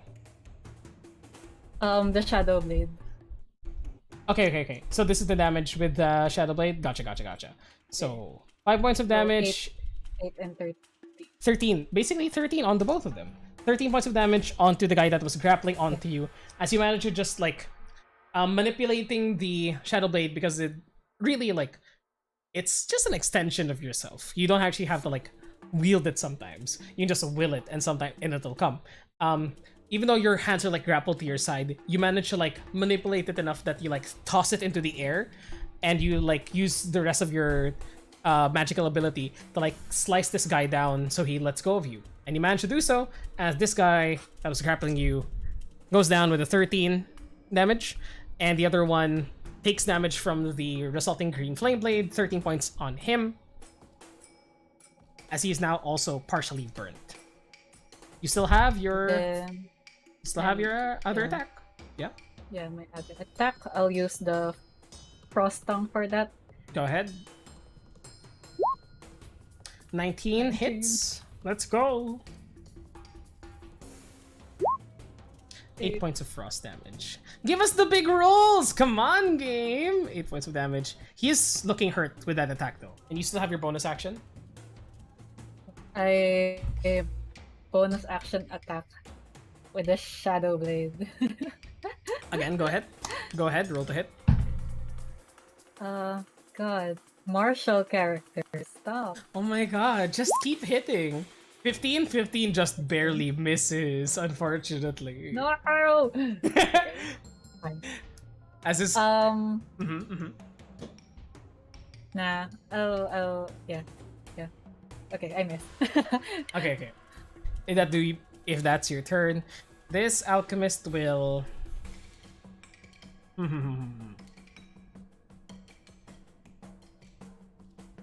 just shout out towards the others and just go, rush her! As they all just like step over their companions, front to front.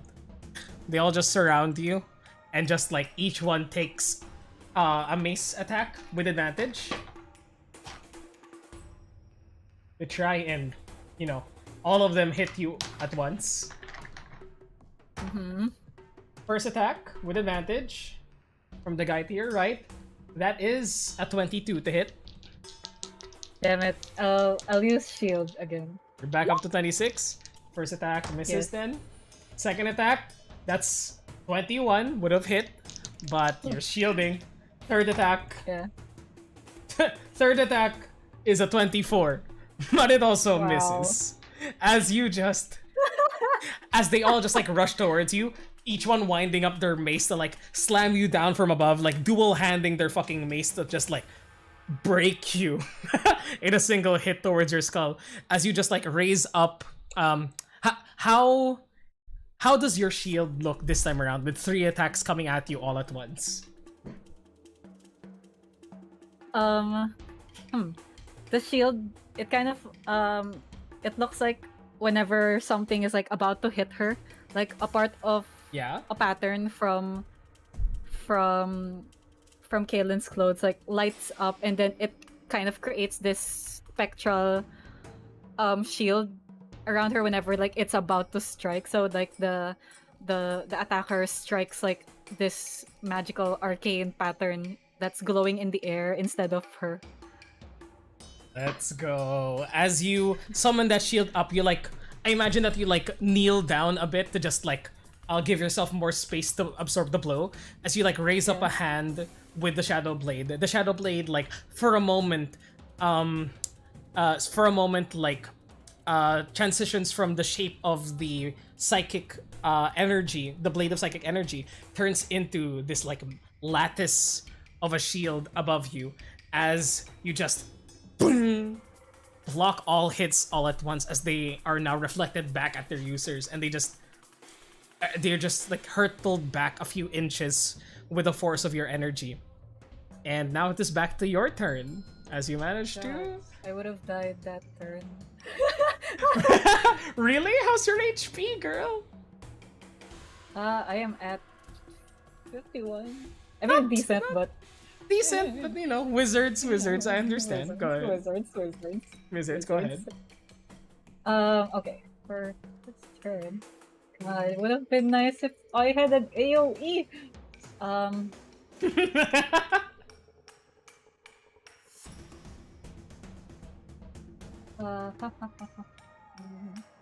Okay.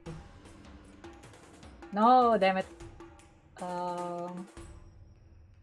What perfect time to what a perfect time to be selling. I will continue with. I will use the Shadow Blade and then the Green Flame Blade combo again on the guy that's hurt. Okay, go ahead. Roll the hit. On the guy that's hurted. 26 hits. You're this close to critting with these fucking attacks. God damn. 15 points of... Let's go! 15 points of damage. And immediately just like... Go ahead. The Green Flame Blade. Blade. Yes. Another Roll 20. damage. No, that's the hit.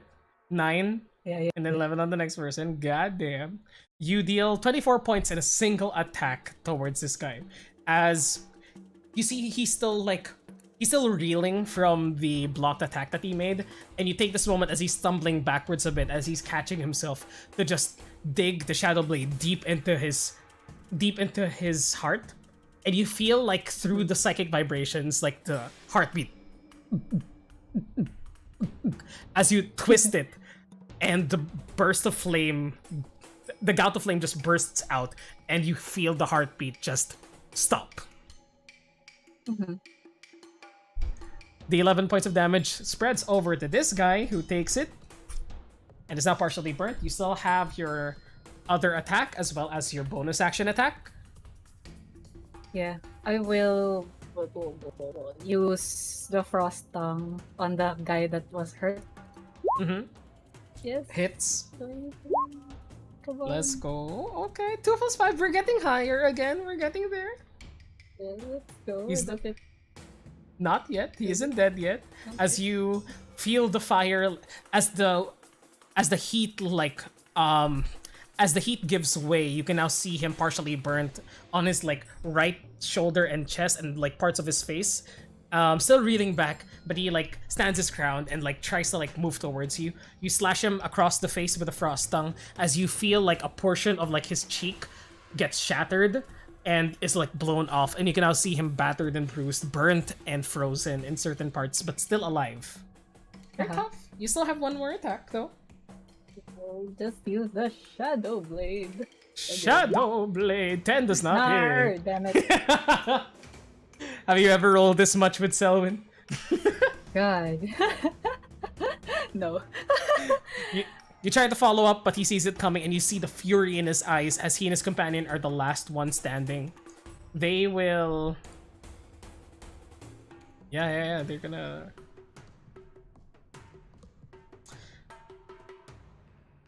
They can see that dealing with you this way is pretty bad.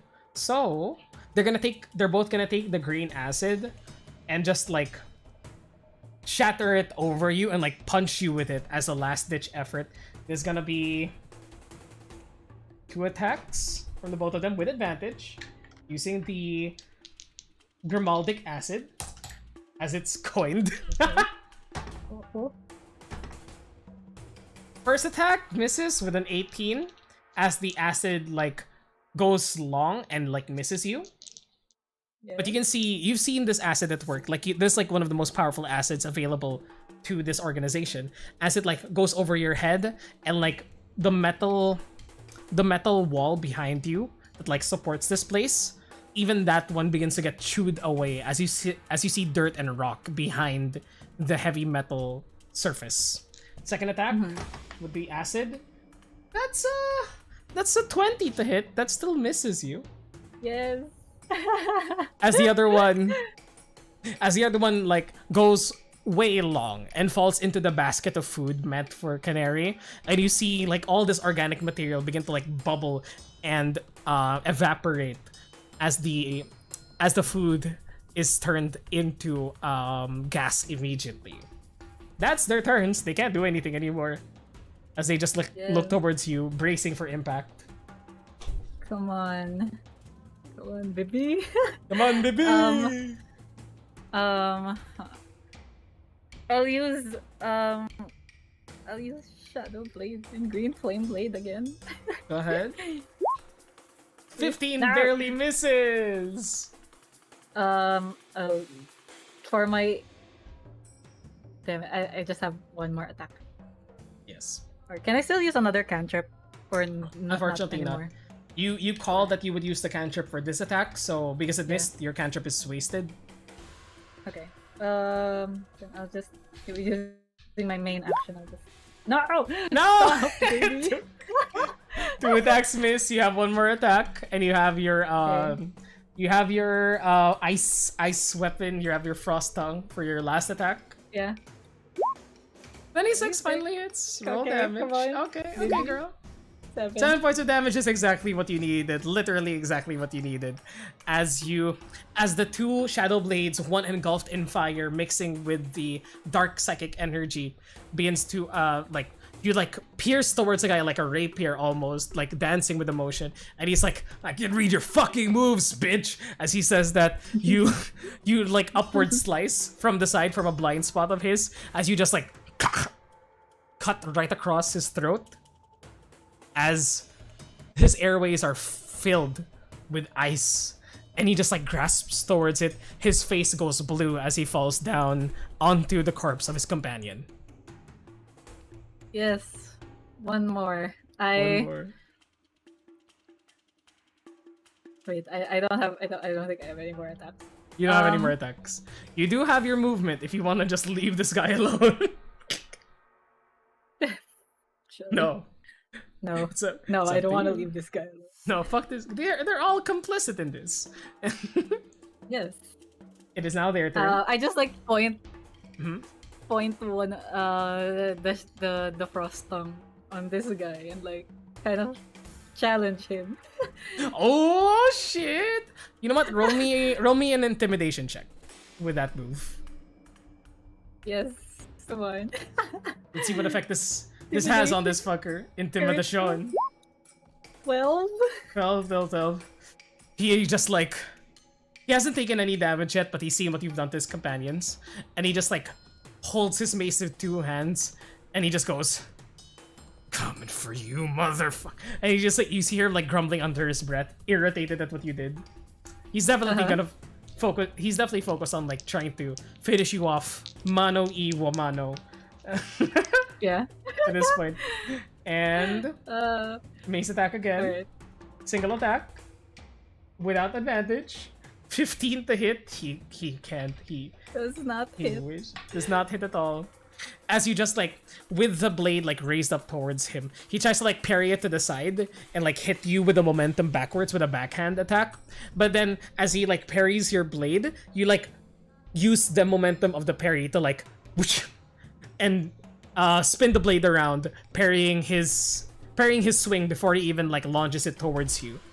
As his weapon is just now like awkwardly in his hands, he's off balance. He wasn't able to like do anything with that attack, basically, as you are much better skilled than this fucker. And it is now back to your turn. I will cast. I will use the Shadow Blade along with Booming Blade this time. Nice. Thunder. I like it. Let's go. Shadow Blade. 23. 23 hits with the Shadow Blade. 14 points of psychic damage. Very good already. Then Booming Blade. Roll the damage. Oops, not that one. That one. 10 points of thunder damage. 21 of you fucking moves. And that's a single attack.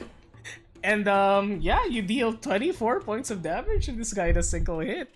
As he just goes, as you with your frost tongue parrying him to the side, he tries to like punch towards you. Just like cinematically, he tries to like punch towards you as like a last ditch effort, and you just like booming blade, whoosh, cut off his hand immediately. As 1 second.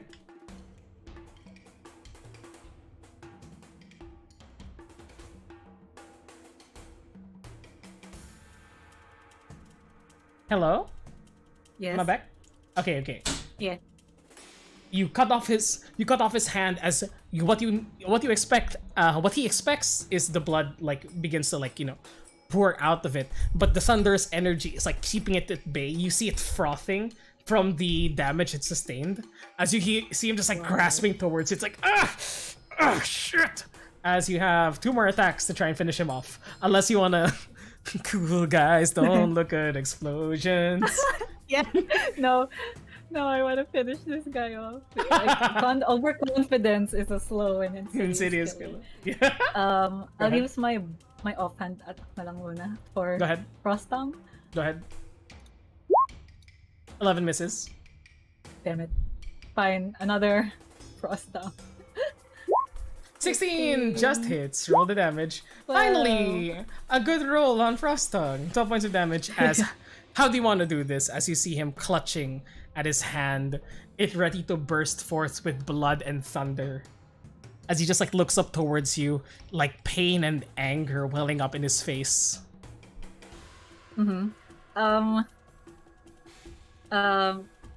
Caitlyn, just like with a whirl, like with her multi-layered kind of skirt, like whirling around her knees, she just kind of stabs him through the stomach, and then she kind of leaves the blade there for a while so that it forms like this icy, like an icy matting around around his body. And then he looks at him in the eye. Not even she doesn't like give him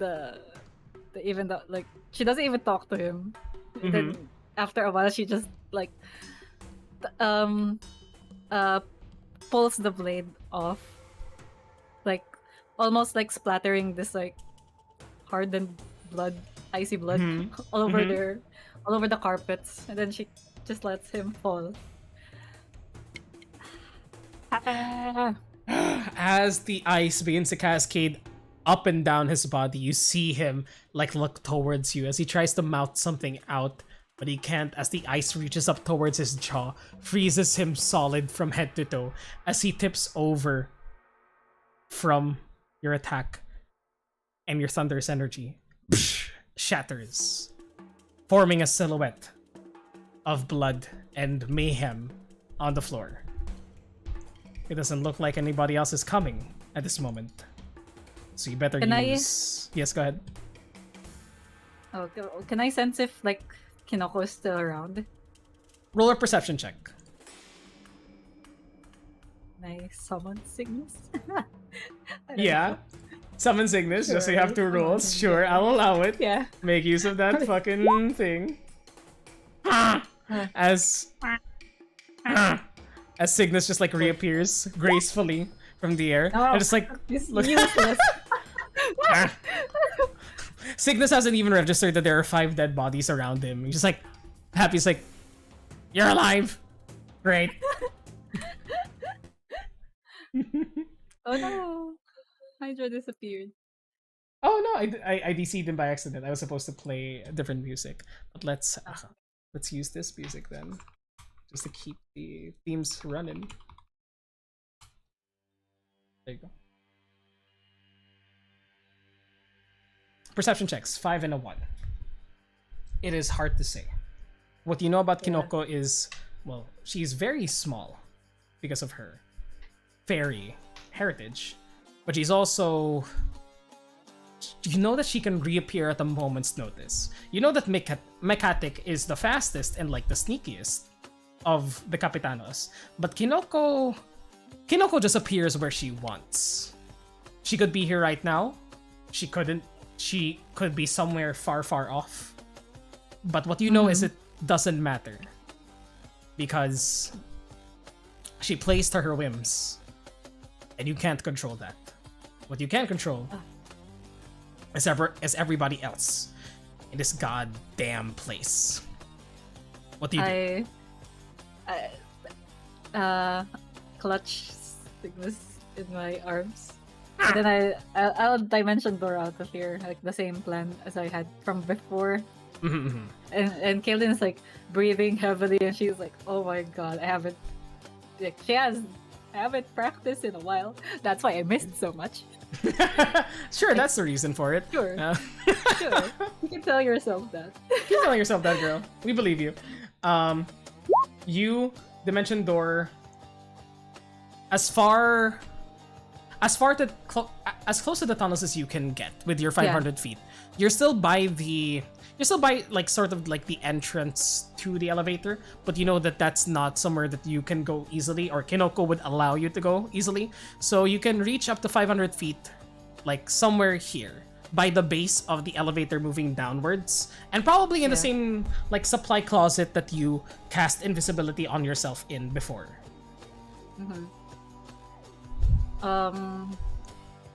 So are you like, is this map like I have to go over here, right? Yes. You would know that the easiest way out of here would be the tunnels, because otherwise you would have to find your way up top. But there are like stairs that lead up to the surface of this section of the Small Teeth Mountains.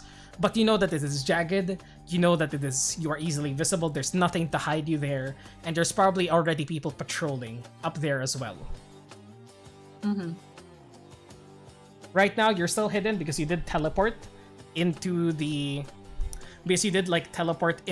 a supply closet, and you know that the tunnels is further down south. You'd probably teleport there as well, but you're not sure how long until Kinoko finds you, or if there's a sneakier way to do this without using your spell slots. Yeah. So what are you doing, bruh? Up to you. God, don't have a lot of spell slots.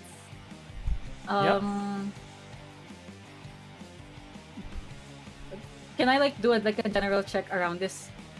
I'm thinking it's just the same thing leading up to this place. So Perception I'll checks. take this path, and then like just not taking this path, but I'm just like looking around the general area. Roll me a perception check if you're checking that section of the area. Yeah, 15. Maybe Cygnus will check over here. Yeah. Cygnus checks over there. Roll a perception check as well. Yep. And actually roll me stealth checks for the both of you. What? No. 7 and your stealth check. Okay, I failed. So. Natural 20.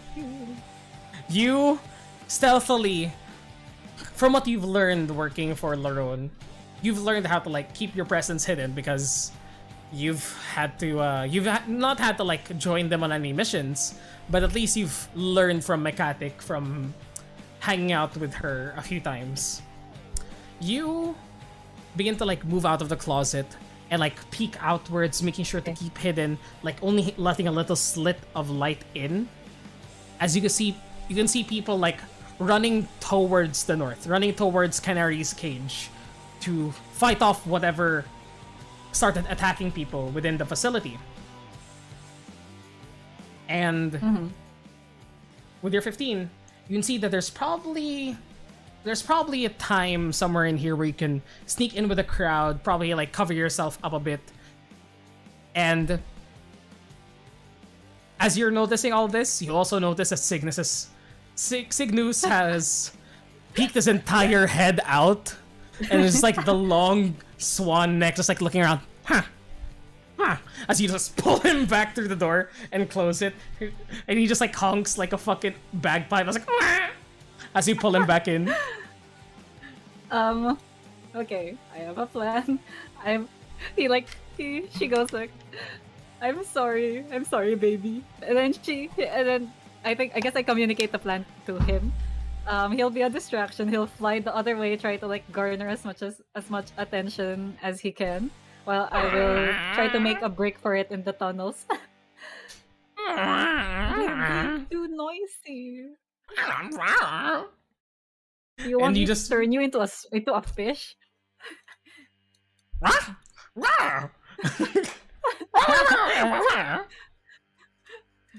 But he just like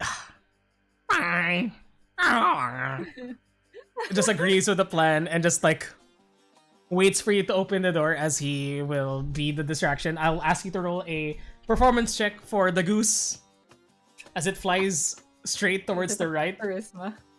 Yeah, check. just charisma check as you open the door. 7. Come on. Performance. It's like there's a bit of stage fright for some reason as you kick him out the door. It's like and it's Try like, to be angry. advantage on charisma. You know what? I'll allow it. Roll again. Roll again with advantage. Sure. A bit better. He like looks towards you like sarcastic, like as like one of the guards does manage to see him with the 10 and just goes, "Hey, it's Kaylin's fucking duck," and just goes, and it's like rushes towards the guy as the guy goes, "Ah!" as the commotion does begin to like move over this direction. With that wasn't that hard. Like, people see a goose, they'll chase a goose. That was a DC. You're fine. And I'll give you advantage on the stealth check as a result. Okay. Stealth check. Come on, baby. Come on, baby. 12. Is there anything else that you want to do to help with your stealth check? Or is there nothing else?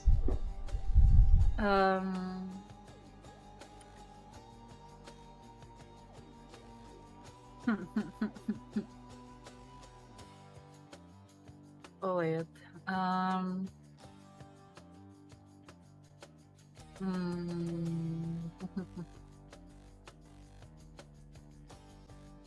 Wait lang. Sige lang. Good time.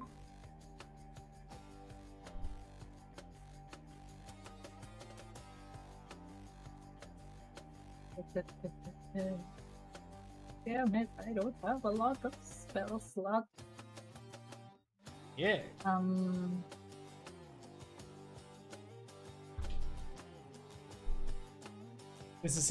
I will. I guess to add to the general chaos, I'll use firebolt to like try to like start a commotion, like a fire, like maybe in where the general direction of where Cygnus is, or like maybe, or no, maybe like far away from me, like maybe in this direction. Towards where the people are already running towards, right? Yeah. Just to like so that more people will like congregate there. There's like 2 points of confusion. 2 points of confusion. Yeah. Yes. Gotcha. Okay, so we're still using your stealth check 12, but you do manage to like start another commotion. There are still like guards running around, but to be fair, nobody really knows that it was Nobody really knows that it was you that started this. They were just like, they just saw the goose and it was like, the goose is here. Where's the person? So, I'll allow it. I'll allow it. You mentioned like sneak towards this portion. But as you're walking there, and as a fire erupts from this side, you hear the alarms blare. This isn't a small event anymore. You did hear like the ringing of bells before, which indicated that something needed to be investigated, but now it's full-blown alarm mode. And as you walk towards this corridor, roll me a perception check. Perception. Check. Perception. Damn, Baby. Jelly! Come on. Baby girl! You wait till the coast is clear as people start like running towards the exit, running towards like safe rooms in this sector, in this section of the ground. It helps as well because people are coming out of the elevators to like the elevator that you came from, and you like use it as cover to get this far. But people are not heading the direction that you're rather, because of the danger that's like presented in the center, they're sort of like moving towards where the guards are congregating, nearer to Canary, nearer to Cygnus. And you wait for the right moment to pass through this hallway. With your 8 perception check though, you don't realize something. You know that there are security measures built into this place, but you've never really had to see them in this level of alert. Mm-hmm. And you feel something give way underneath you. I need you to roll me a 1d12 for me. 1d12. 10. You feel the floor give way just a bit before you manage to step back and realize that something was off. You triggered the trap, but you're not in the space of the trap itself, as the whole section here, this whole section over here, let me just draw it.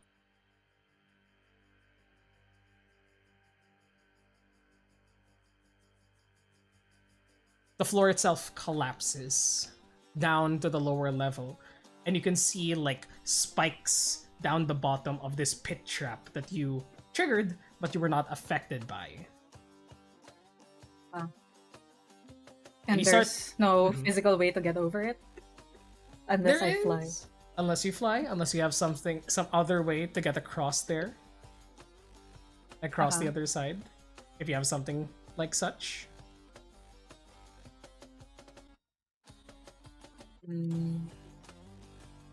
How far can I see into this place? From this corner, I'd say you're able to like see around like 50 feet into the corner, and you can see like people beginning to congregate people beginning to like see that the floor has fallen in, and they begin to like run the other way, scared that something else might happen, and the other security systems in this facility triggers. They seem to be running away from it. Nobody seems to be running towards the giant pit. Yeah. If I look back here, like what is happening over here? Looking beyond there, towards the distance there, around like 250 feet away. Roll me a dexterity saving throw for Cygnus. Okay. Just to see how well he's going. Sorry, baby. 10? Come on. He's still hanging in there, actually. Like, people are grabbing onto him. They're not trying to kill him at this moment. But it's only a matter of time before he's actually captured. He's not evading them well. If anything, he's still pecking the guy that called him a duck. And the Chaos and Commotion is still pulling people away there, but sooner or later he's gonna get caught. Probably in the next minute or so.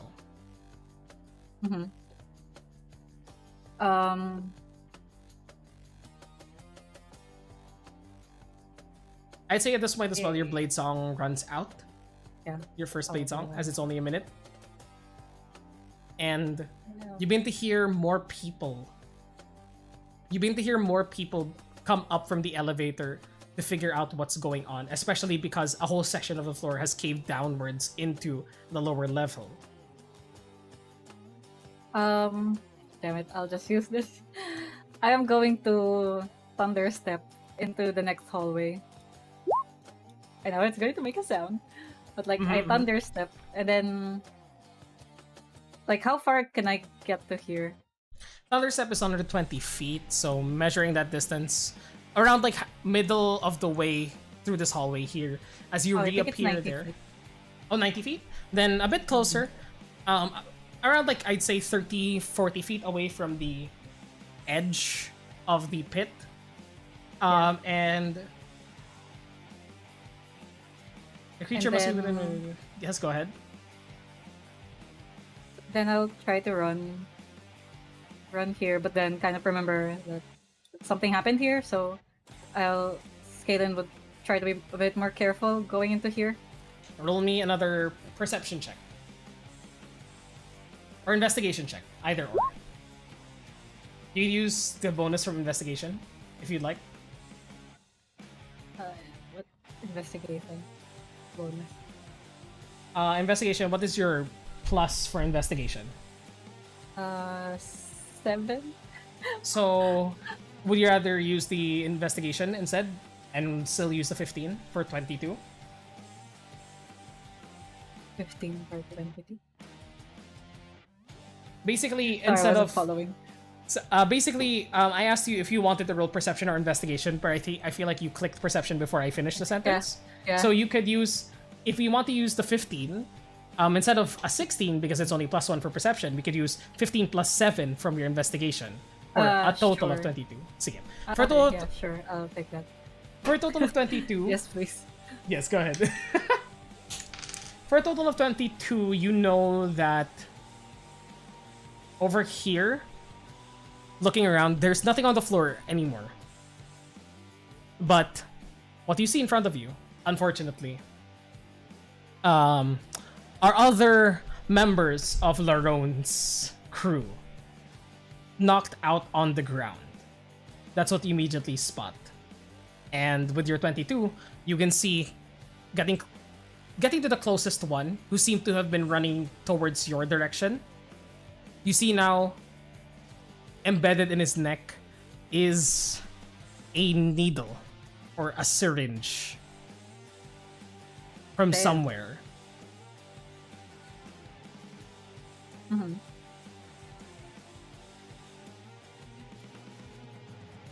What do you do? Knowing that information. Like one of those tiny, poisoned like needles is what you gathered from this. Yeah, I try to find where it came from, so like I could try to avoid it. Roll me a perception check with advantage in that case.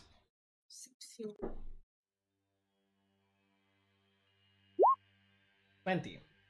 You look around and you see a large portrait of Grimaldo on the other side of the way. Just like looking down and like it's basically the artwork that I had Kyle make me. Yeah. Like that that smile na parang disgusting. Disgusting. Disgusting. I firebolt it. You firebolt it. And you notice that there's something in between the teeth. Like one of the teeth is missing in the front of it. And you burn up the painting and you see there's a turret of some kind behind the wall. It's like a roving mechanism that seems to be like locking onto anybody within X amount of feet and shooting them down. It's been activated because of the security system here. Did the firebolt do any damage to the mechanism? Not necessarily, because it mainly like caught fire to the painting itself. It didn't damage the mechanism behind it. Right.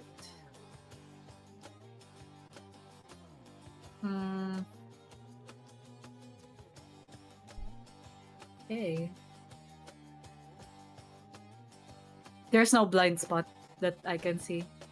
It seems to be looking around and there's this sort of like with your 20 perception, you also see like there's this glowing object behind the turret itself, behind the panel of glass, you see the new shipment that arrived like a few months prior. A glowing mushroom from a place called Phandalin that seems to be injected into a battery of some sort. It looks like a cathode ray tube if you've seen it, but instead of the metal filament, it's the glowing mushroom. And like bits of electricity begin to spark outwards from it, powering this thing. Can I try to disable that? What are you going to use mechanism? to disable it?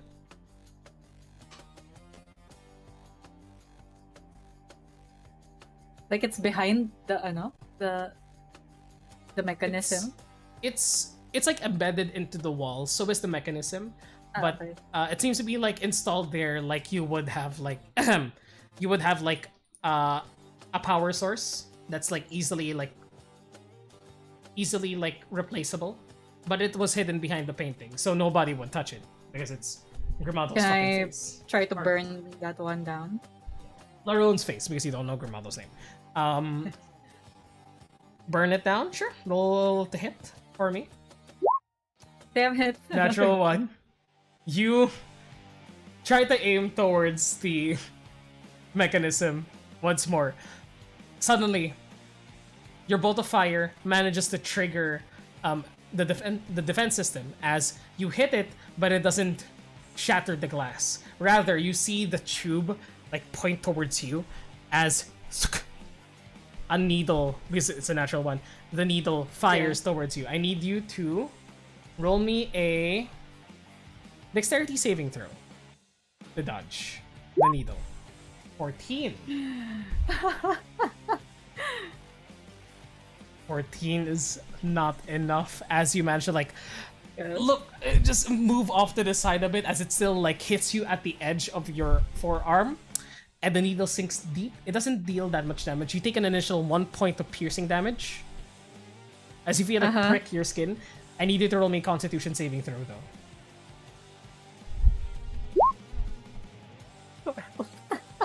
With a 12 Constitution saving throw, you take an additional. You take an additional.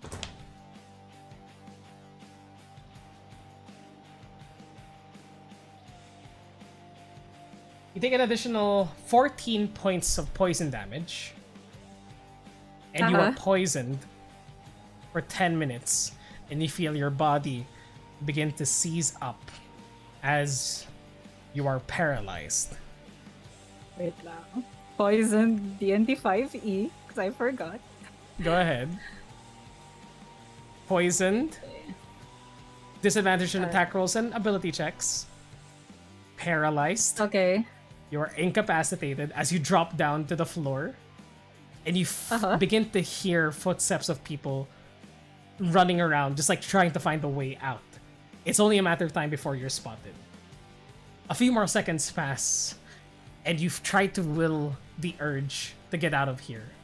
Roll another Constitution saving throw. Oh my god. Fuck. Well, another few precious seconds pass. You know nobody's coming from behind you because the pit did swallow it whole, but you begin hearing footsteps coming from this corner here. Can Getting I closer and recall closer. Cygnus? Is that a thing? No, you're Or I can't incapacitated. take You action? can. Fuck. You can't do anything. You're just trapped on the ground. Roll me another Constitution save as they get closer and closer. Wow. 7. It's getting worse. The people begin to arrive in your line of sight. You see a few more guards wearing the same armor, around 3 of them at this point, just like looking around. Some of them seem to have burns on their armor, and they just seem to be trapped in this hell house as you are, unfortunately. Can I Yes. try to pretend to be dead? You know what? Roll me. Like, like there are like 3 other people in this. Yeah, there are. Roll me a deception check because you really can't do anything else. Play dead. Wow. Okay. Oh. Okay. All right. Now you hit the high. All right, Kaylin. Just gotta do what I was already doing. They move around. They see the dead body, the paralyzed bodies on the floor. One of them begins to step forward as the other one stops him right in time and goes, "Fuck. This isn't the way out either. We might need to take the long way around." And I then twitch the other for dramatic effect.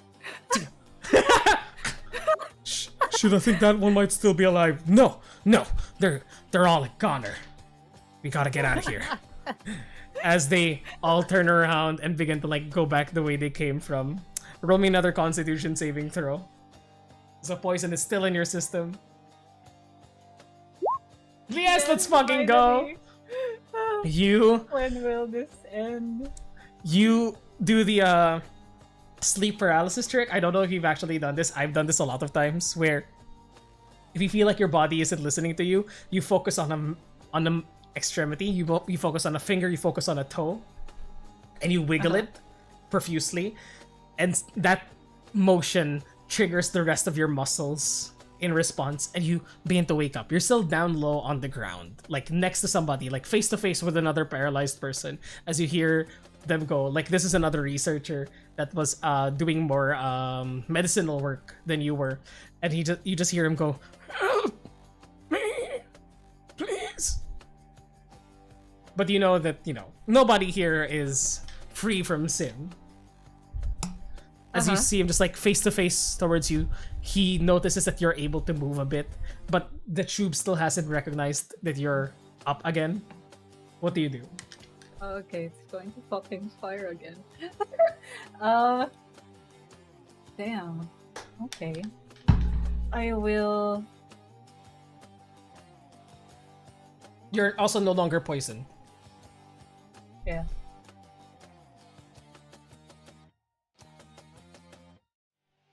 Damn it. What can I do?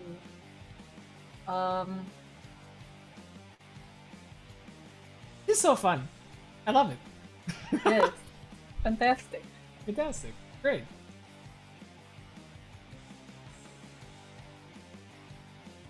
Oh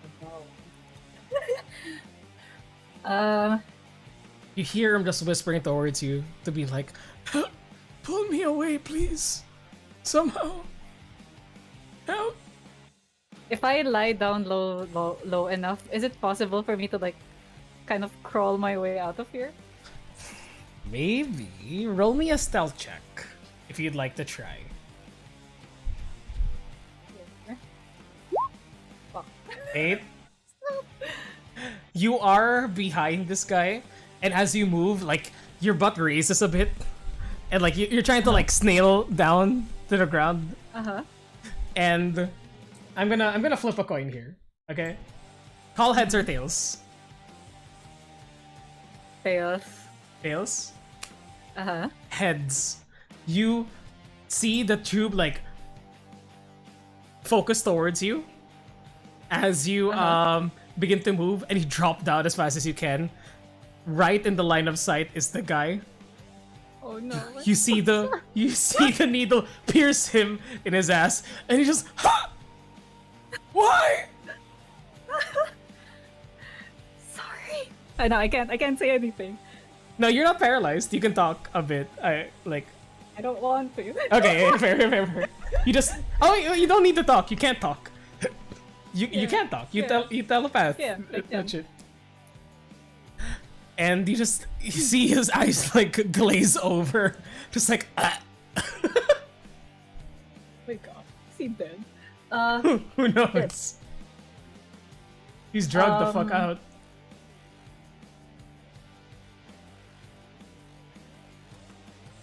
How the fuck do I get out of here?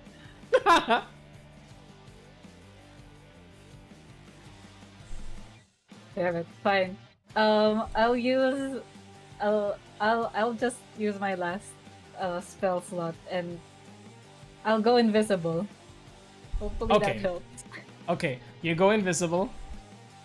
As as you just like think to yourself, "Man, sorry, dude," and you slowly go up. Your body cloaked in invisibility, and the tube passes by where you are and does not lock on. As it makes another pass. Do I know like the contents of this tube? Like what it has? You know, you didn't see it, like you didn't build this thing. You know, you probably had a hand in like making the needle and like the poison for it.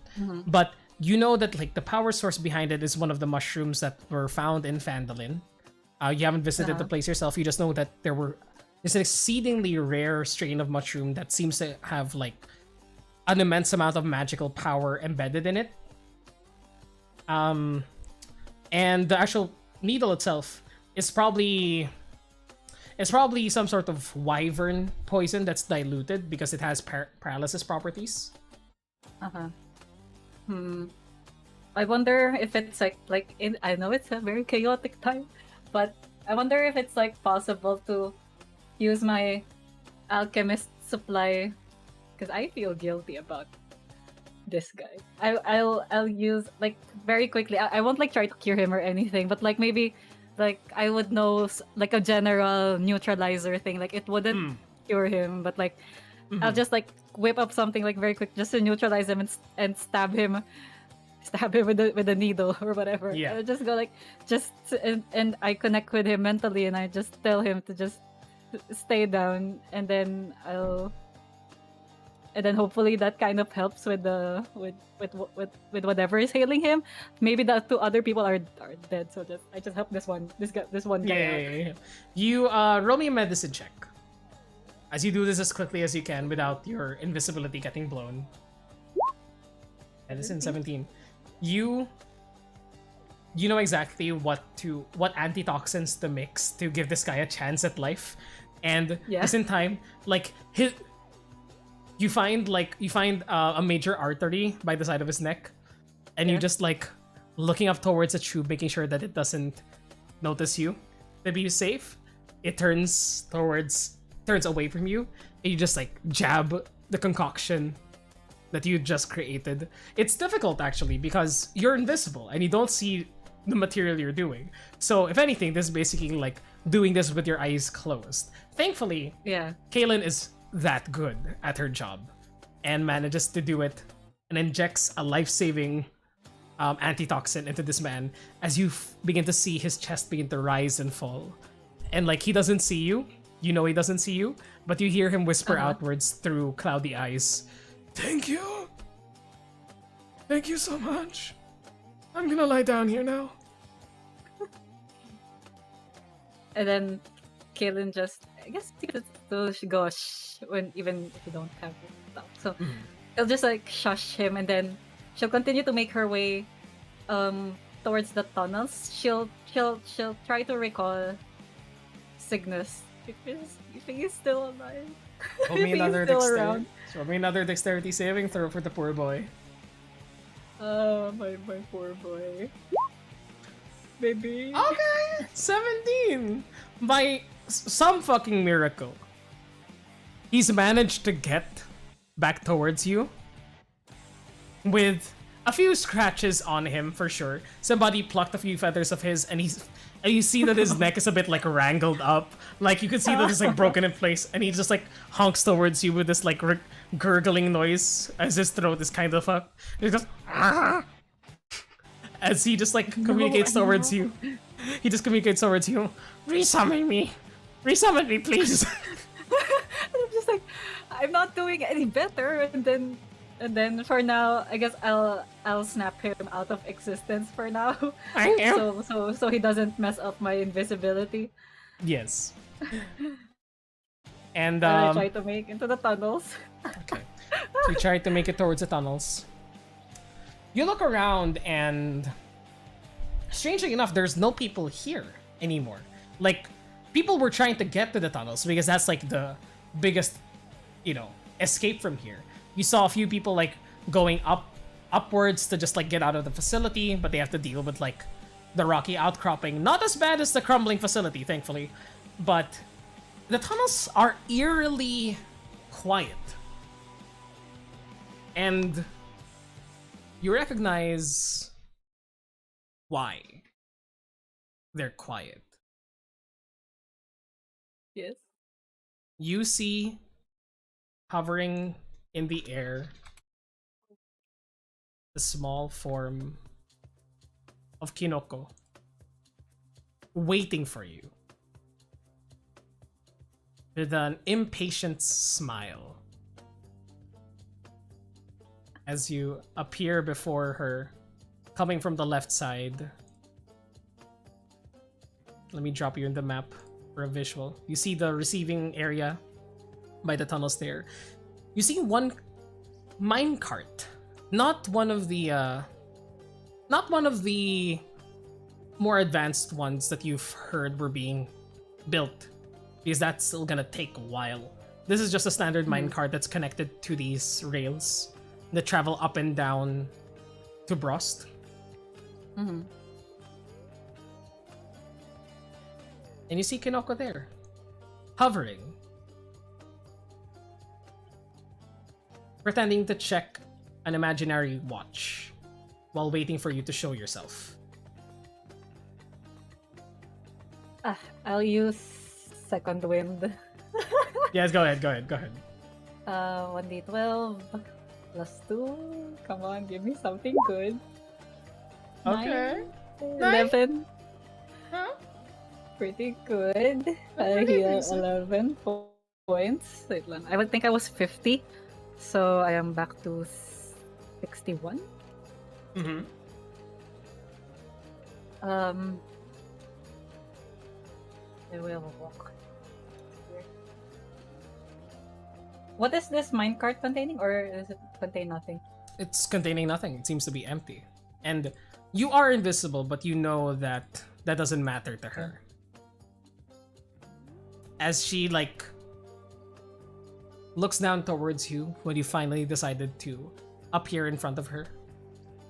And she just goes, Well, it really took you long enough.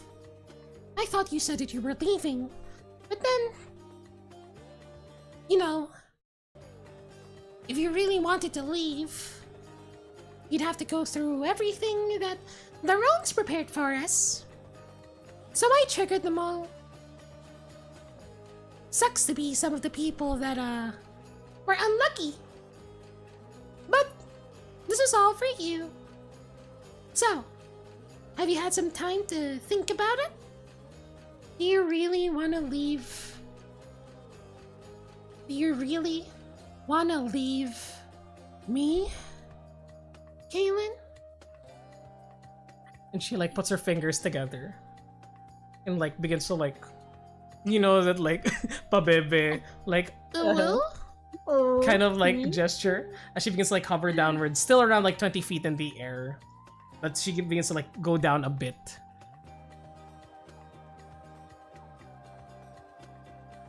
we can all forget about this. I can tell Larone that it was all a misunderstanding. Or we can put the blame on Canary again. This feels like something that she'd do anyway, right? Right? Right? As her voice begins to get louder and louder, echoing through the metal walls of the underground. It feels like that last right was coming from all around you, despite her small, frail fey form. Not more than 9-10 inches in height, hovering in the air in front of you. Kaylin tethers her mind to Kinoko again. And she goes, "Why do you want to keep me here? What's in it for you?"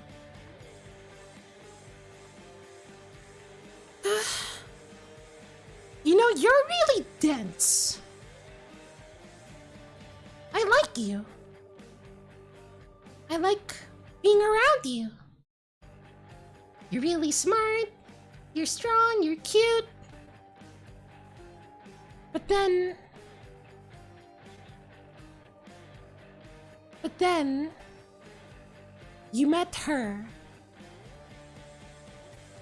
You stopped hanging around with me anymore. You stopped being my friend. I just wanted my friend back. But if I can't have you, well, you know the rest of it. As she snaps her fingers, and from the stone tiles underneath come out these mushroom heads. Like, Oh my god. one on each side of you. One around like 3 feet in diameter, or almost like a corpse plant in width. And another one still cracking through the ground. Like moving the railway to the side from how vast this mushroom cap is. Pierces from the ground itself as these humanoid-looking entities made of mushroom and fungal matter appear. One on each side, and one much larger one right in front of you. Oh my fucking god. So, how will this end? You decide. As she goes into a corkscrew in the air and disappears as these 3 creatures bellow out towards you. Reaching out towards you with large grasping hands covered in fungal holes, each producing gas and spore. And this powder begins to like fall down from the sky. And I need you to roll me a dexterity saving throw. Dex save. Come on. Babe. Your invisibility goes away. And you are covered in our favorite first level spell. Do you have a guess what it is? As you're covered in multicolored lights and your invisibility oh my god, goes away. Fucking fairy fire. Of course, from the fairy herself. As now, I'd like you to roll initiative again.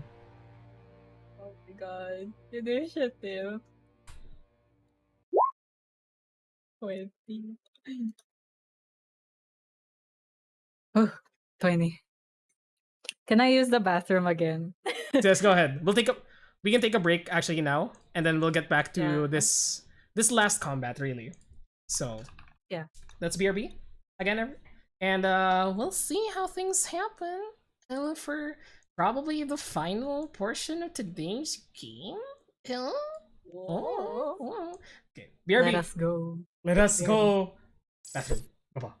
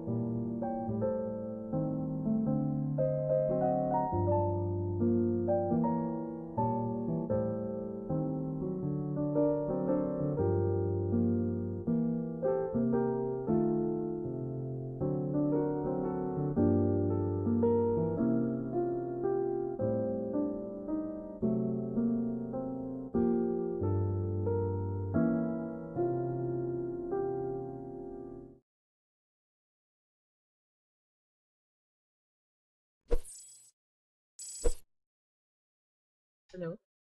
Whoa. Huh? Huh? Huh? Oh. And we are back. And where are we? All right, rolling initiative versus these fucking monsters. Initiative. What's your initiative? 20. Let's go. Let me add it 20. in. Could I have summoned Cygnus before the fight started? Oh, you would have been allowed to anyway, so yes, for sure. Cygnus will will act on your turn. So we both will have initiative 20. Okay. Give you 20 here. Let's check the initiative of these big motherfuckers. Da-da-da-da-dun. Da-da-dun-da-dun.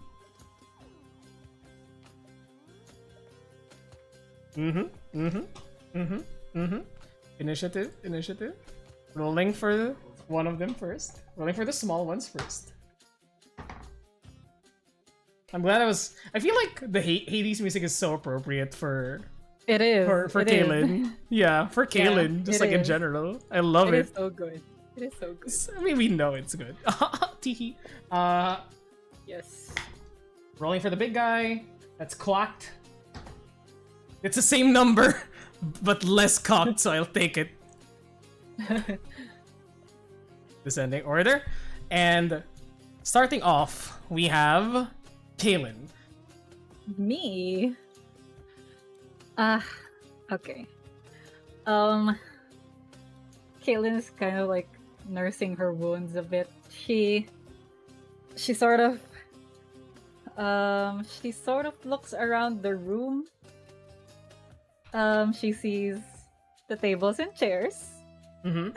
And I'll cast animate object. Oh my fucking god, you bitch! Yes, I am that bitch. You are that bitch. No wonder you weren't using your fucking spells. Okay, so how are you using your abilities? How do you categorize like these objects? So there's like bookshelves here. There's a Okay. there's a Let me help you sofa out. here. There's a table. Okay, There so are two smaller Uh-huh. tables? Question mark. Yeah, Yeah. you're correct. I see what you're doing here. You. I am. Kaylin is a resourceful wizard.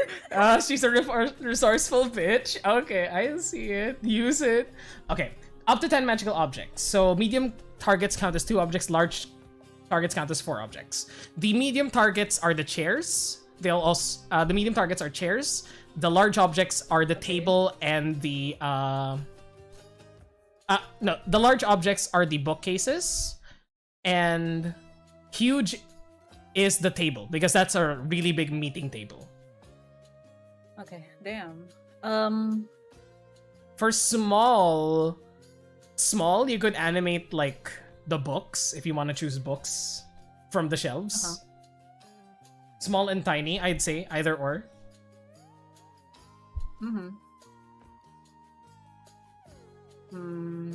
Wait lang. The sofas are large. The sofa, I say the sofa itself would be large. Yeah, the sofa would count as large along with the bookcases. This is like one object. That's one whole object. That's a whole sofa, and then the chairs on the sides are small, are medium or small, your choice. And the no, I'll say the chair is medium, and then the books are smaller, tiny. The table itself is huge, and the bookcases are large. Does that make sense? Yeah. Let's make the music a bit more intense. King and Bull, I think is more perfect. How far do they move if they move? It is mentioned here. The animated object statistic size. For tiny objects, they move 25 feet. Small objects, 25. No, those are HP. Those are HP kasi. Let me check. Okay, speed is 30 feet, but if it lacks legs, it has a flying speed of 30 feet. So they all have 30 feet of movement? Okay. Unless they're like bolted to the ground or surface. None of them are bolted naman. They're all just existing there. Damn, I knew... Why did I add a receiving area? What the fuck? Yeah, it was made for me. Yes, I guess so. Wait lang. These two chairs are small I'll say medium. or medium. Medium because they're Medium. rather large chairs, and then the sofa Yeah. is large. Medium Yeah. objects are 4. Ay, hindi, 2 pala. Yeah, I think I'll do these two. Okay. Medium objects, so that is 4. 4 already. Yes. 4 already. One large object maybe. What is a large object here? The sofa. The sofa is a large object, as well as Yeah, any I'll of the take bookcases. I'll take the sofa, and then I'll pull 2 books. So it's 10 na? Tama ba? Let me check. Yeah. 4, 8, 9, 10. Large count. Yeah. 4, 8.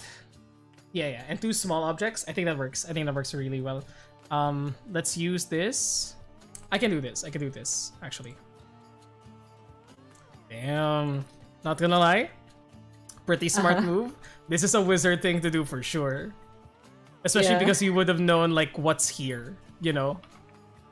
Yeah. Yeah, like legit for like one moment I was panicking because like I am so down a lot of spell slots. I mean, if there was a time to use the big ones, it would be now. Exactly. Let me just... I'm just doing some movie magic. Perfect. Let me group these. Group. I'll give you access to move them. However you would like, Yes. Jelly. Let's go. Sorry, I have to keep track of the HPs. Do not ever apologize for it. Okay, so they move in my turn. Wait. So, They move on your turn too, I'll say, just for the sake of ease of access. Let's use a God, I better. love this music. This is good. King and Bull, yeah. Let's use this sofa because there's not, para at least isang token lang siya. And then give you access towards it. I love it. Yeah, baby. Oh yeah, baby. We got books and then 2 small objects. Okay, so do you have a notebook to keep track of these things, or we can? Well, actually, we can just do this to make it easier for you. These are medium objects, right? So their HP is 40. Yeah, This HP is 40. 40.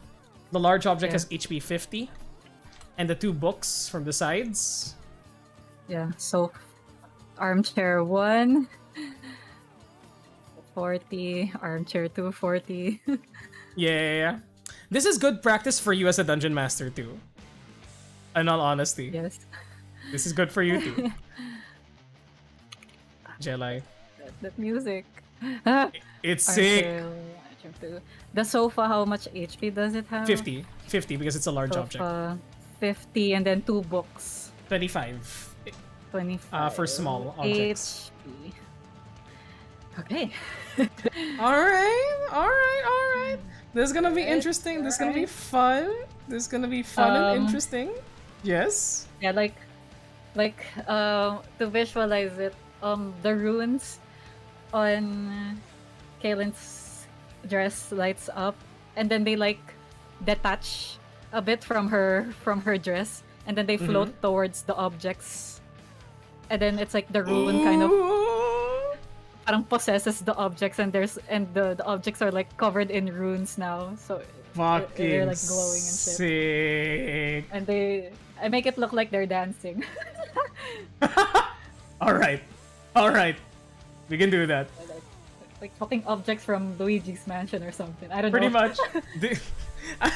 We really are a different generation because, for sure, I feel like Nix and Mart would have said, just like the Disney, what do you call that? The Mickey Mouse with the wizard, or the other one. There's another one that Mart references whenever I make things come alive. It's another older movie. Damn it! I wish I knew. I know I wanted to watch it. Anyways, that's not what we're here for. So. Can I have them move now at least? Like I use my I think it's a bonus action to command them. Yes. once, and then I'll just let them do their thing. Go ham, babies. Yes. Yeah, I'll command them to. Wait, I'm checking again the spell. This is so sick. Command an object to attack. This is such a Plan, counter DM move, motherfucker. I love it. You are concentrating. Do note that this is a concentration spell. Ah, okay. This is concentration. This is concentration. Okay. Damn, this is difficult. I'm Okay, I'll Mm-hmm. make them like this one will go here. Mm-hmm. This one will go here. I get 30 feet. I think that's just 25, so Yep. should be okay. Yeah, you're good. The books will sakto lang. 30 feet. Go here. Go here. Right. This one also 30 feet. Yes. Also 30 feet. The sofa 30 feet. Yes. Can I make it move in front of me somehow? Because in front of me is 30 feet. I'll say it like, you know, it jumps ahead of you and Over like me. acts as, you can use it as fucking half cover if you would A like. barricade. Yes, pretty much. God damn. God damn. This is hilarious. Okay, I'll make them attack muna. Just to see Okay. what they have, what they can do. Okay. Yeah. Bludgeoning damage, I guess, for every one of them. How do I fucking roll this? Attack plus 8 to hit. So do I just roll d20s? Yeah, just for now, 1, 2, just roll 3, 4, d20s. 5 d20s, yeah. Yes. 1, 2, 3, 4, 5. And then they have plus pa? They They have they do have their pluses. To make it easier for us, I have the animated object statistics here. I'll put it here okay. in Team B sides. So you have the table to reference anytime you need it. There you go. I'll Yeah, also, so I guess I'll just go in order. Like the first two are the tiny, the next two are the tiny. mediums. Okay. Yeah, it's small. Okay. Yeah, small. Yeah, small. First two are small, next two are medium, the last one is the large one. If that's okay. Okay. I think that works. Yeah, that works. Yeah. Okay, so first two are the small ones, the two books. Okay, first two, that's a 16 and an 8 to hit. 16 goes to the left one, I would guess, right? 16? Mm-hmm. Yeah. Okay. 16 does Correct not one. hit. Oh, wait, no. 16 hits. The 8, however, does not hit the second one. Yeah. Okay. So I only the rolled first one hits, rolling damage. That's 1d8 plus 2 damage. Do I roll it? Yes, you rolled it. I roll 1d8 plus 2. 8 damage. Okay. 8 points of damage towards this one on the left. Yeah. 8 points of damage towards it. Okay, let me add that in there. 8 points of damage. Okay, very nice. And what are the other ones? The next two are 1, 2, 3, 4, 5. Next two are 19 plus 5 and 10 plus 5. Okay. Do. For the Okay. medium objects. Okay, 19 plus 5, 24, and 15 for the medium objects. Still targeting those same ones. Both attacks hit on 24 and the 15 hit. So that's for the medium creatures. Though the damage is 2d6 plus 1. plus 1. Roll 2d6 plus 1 for the first one. Or 2d6 plus 1. You can do it. It's okay. This is going to be a lot of math. You rolled 1d8 again. Oh, there you go. 11 points of damage for the first one. Okay. You're doing good work. 2d6 plus 1. That's, okay. 6 points of damage for the second one. Okay. And what does the large one do? Nothing? Oh yeah. Do you? Because I rolled for the large one, but I realized that there's like a 5 foot Yeah. space. Do you think that Okay, yeah. I don't think it's never gonna mind. reach that far because you want Yeah. it to be like right in front of you. Yeah, Yeah. I don't think it can reach that far. Like Yeah. you can see that it's reaching with its cushions and it's trying its best. Like I'm gonna get you. I'm gonna get you. um, for myself, I possibly have my offhand attack. You can only use your Uh, offhand, I think, if you make an attack with your extra attack. I believe. Okay. Yeah. Okay. Eddie, can I still say what Cygnus should do, or does that take up my bonus action then? You can just tell me what you think Cygnus would do. Wait lang. Let me check Find Familiar because there is the Find Familiar rule about this, and you have multiple summons on you. Yeah, I do. You can. 1 second. Teka na nga. Well, I was going to. I know explicitly in the Find Familiar it says that it doesn't attack, but we made it so that Cygnus attacks. So I was like, okay, every damage counts. Like if you want me to attack, I can. But like right now, I actually don't have any touch spells. So if Cygnus can't do anything, then I guess he'll just watch. Sure. It's just like, if Cygnus just wants to chill there, do note that you do have a bonus action to do as a Blade Singer. Oh no, I use my bonus action kasi to action to cast the spell and then bonus action to command the. Oh, so you're not in Blade Song yet. Okay. Good to know. Yeah, Good to know. I'm not in Blade Song yet. Okay. Let me just check something out. Teka lang. Sure.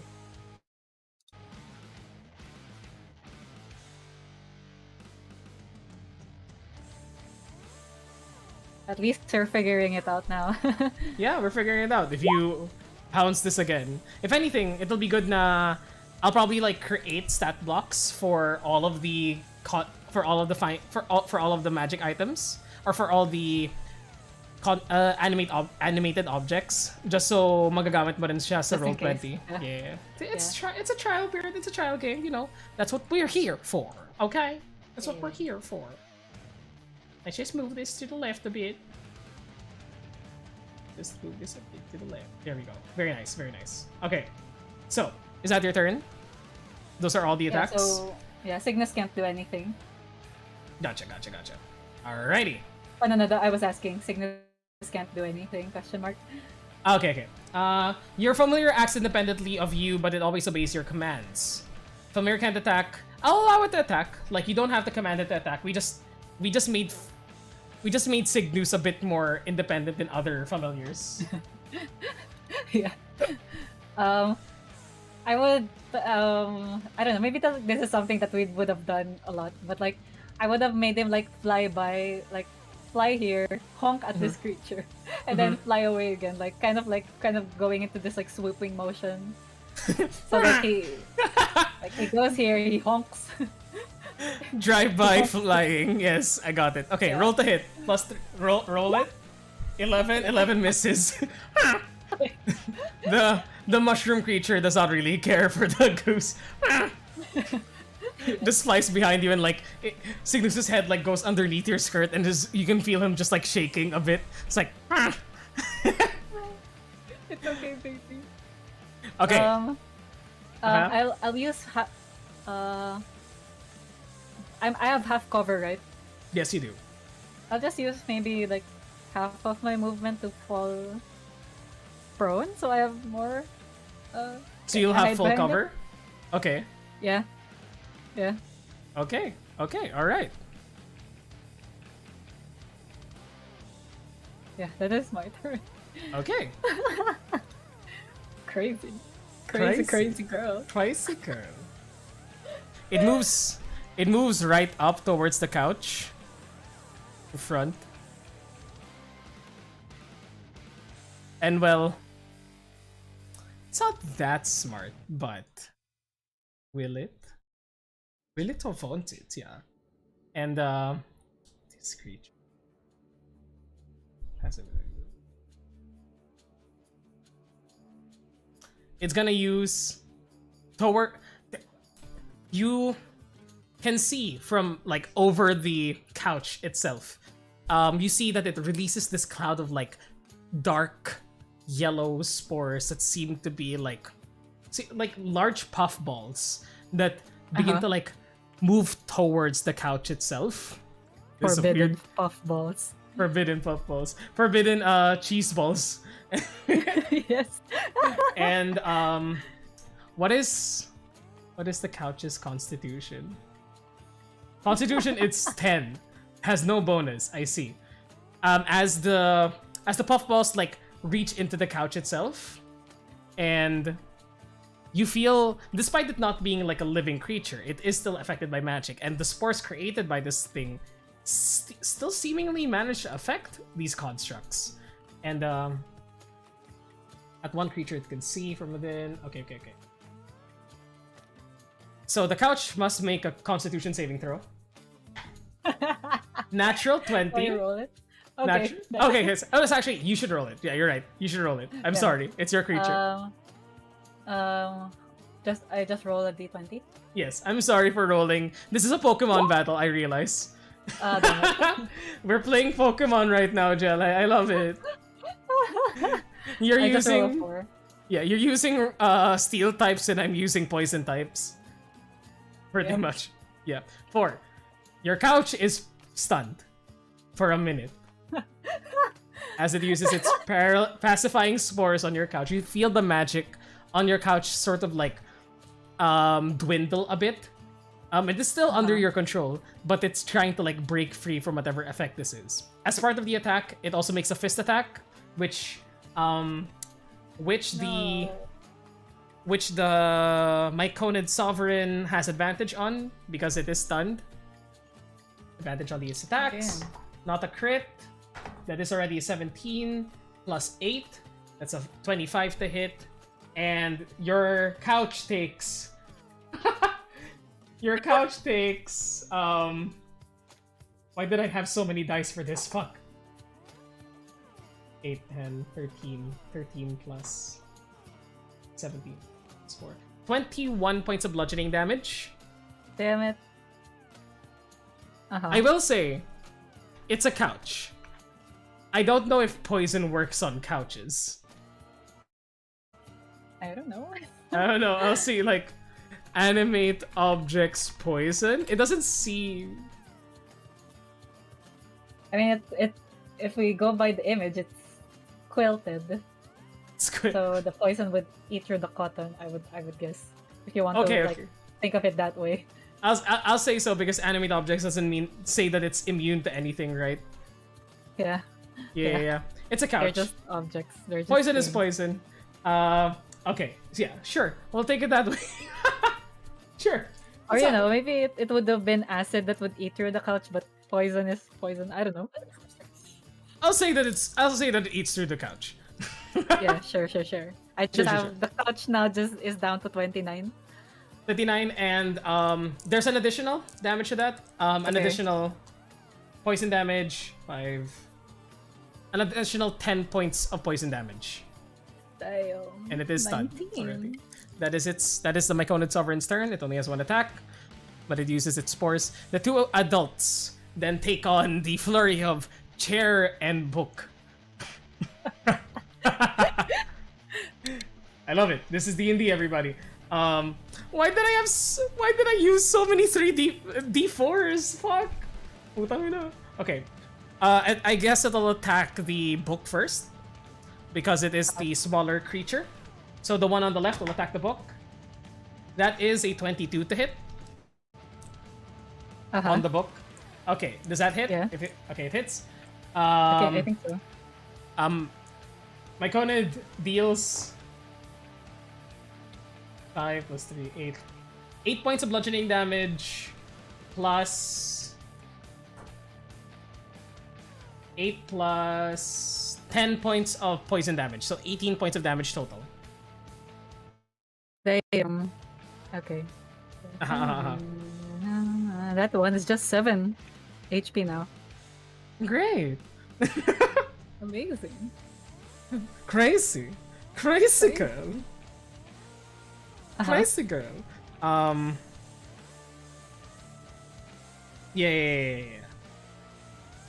Okay, that's it from that one. The other one will attack the book on the other side.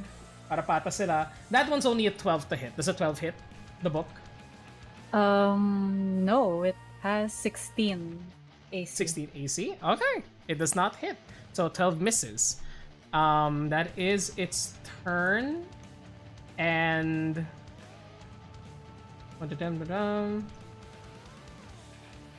Yeah, that is its turn. It is now up to you again, Kaylin, as you see your couch seize up in front of you. Huh. Damn. Crazy. Crazy girl. Crazy. Let's bring out the big guns. Uh-huh.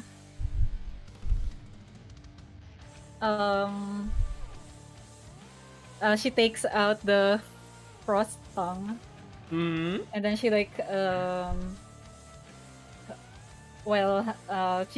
she moves her mouth to say the.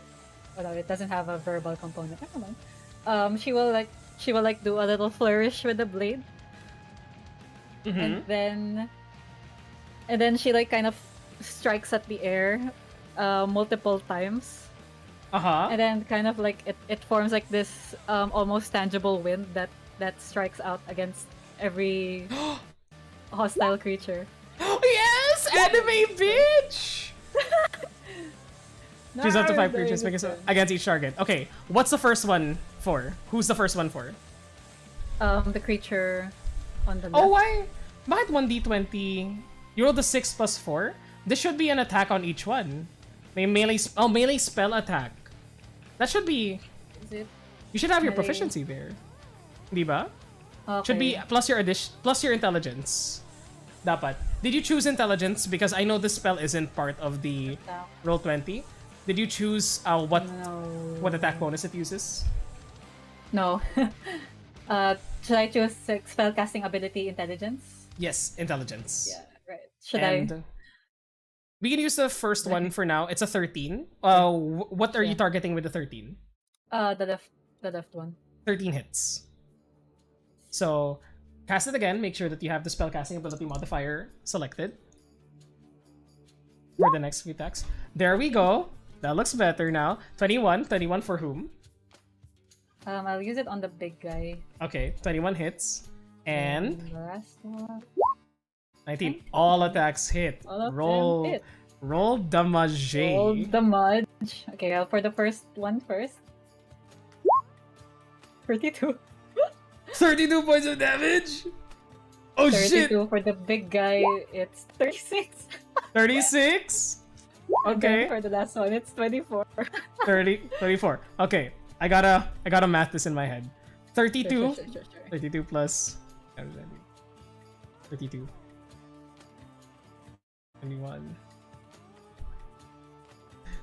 Left myconid is looking fucked. Like it's barely standing on. You see that the mycelial structure, like these strands around it, are barely keeping it together as you disappear holding your frost tongue, and suddenly you just reappear. Where do you reappear next to? Who do you animate this? Who do you send the last hit to? Because that's where you'll teleport to that one. Okay. If I teleport to that one, do I make an attack, or is that it?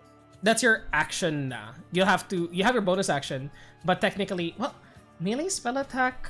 No, it's a spell attack kasi this isn't... Okay, so I can't use either my offhand attack or my ano. Let me check that for you.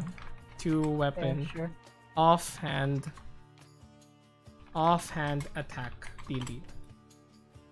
Make an offhand, you must be looking here all the bonus action offhand attack.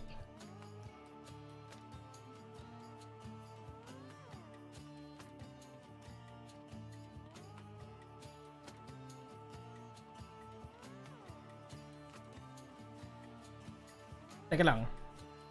Sure.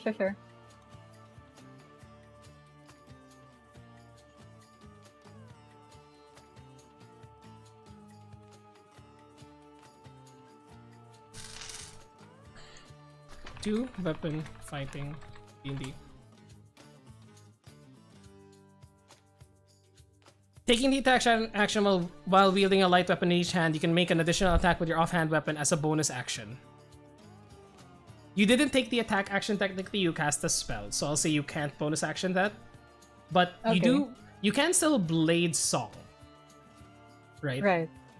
Right. Just so you have the AC for it. Okay, so you deal 36 damage to the big guy. That's the first damage it received as it was bearing down onto the couch. And it took a significant chunk of damage there. Like, you cut off a portion of its cap, and like the large portion like explodes with this like bit of gas spores that like it feels like it's bleeding, but the gas is like climbing upwards instead of bleeding down its face. And the large part of the cap that you cut off like falls into the cart next to it, and you can see that the gas is like the mushroom cap is like starting to like burn through the wood there. The portion of mushroom cap is burning through the minecart wood. But that's your action. You do still have your blade song. Where do you teleport to? You gotta... Can I choose not to teleport? No, you can't. You have to choose to teleport. Wait, really? Because it says you can. Oh, let me see. Then teleport, but it says now you should. You can then. Okay, you can choose not to. You can just reappear the space there. Oh, that's so sick. Yeah, I choose to reappear, and then I kind of want to get away. So sure. I do use my bonus action to Blade Song, but I move away, and then I ask all of my summons to hit. Okay, here we go. Another 5 D20s. Okay. We go small, then medium, then large. Yeah. Well, the large can't really attack, it's still stunned. Oh no! Small, medium, then large. Okay. Small one. Damn. Not bad. Well, do you want the last roll to be the Constitution save for the stun? Do you do it that way? Oh, right. Sure. Para Sige. ano. Sorry. We can use it. Yeah. It's fine. Maybe it will help. So small first attack is a 15. 15 hits the Myconid adult. Second book fails with a natural 1. 16 and 11 with +5 to both of them also hit the Myconids. And well, we'll see first actually. So we can do it this way. The first attack does hit from the book. Could you roll damage? Kasi baka mamatay. Roll 1d8. Yes, 1d8 plus 2. Damn it. 3 points of damage. Unfortunately, not yet dead. Very close to dead, but not yet dead. So, sakto. You can roll the damage for the chair now. The chair, yeah. 2d6 plus 1. It is 2d6 plus 1.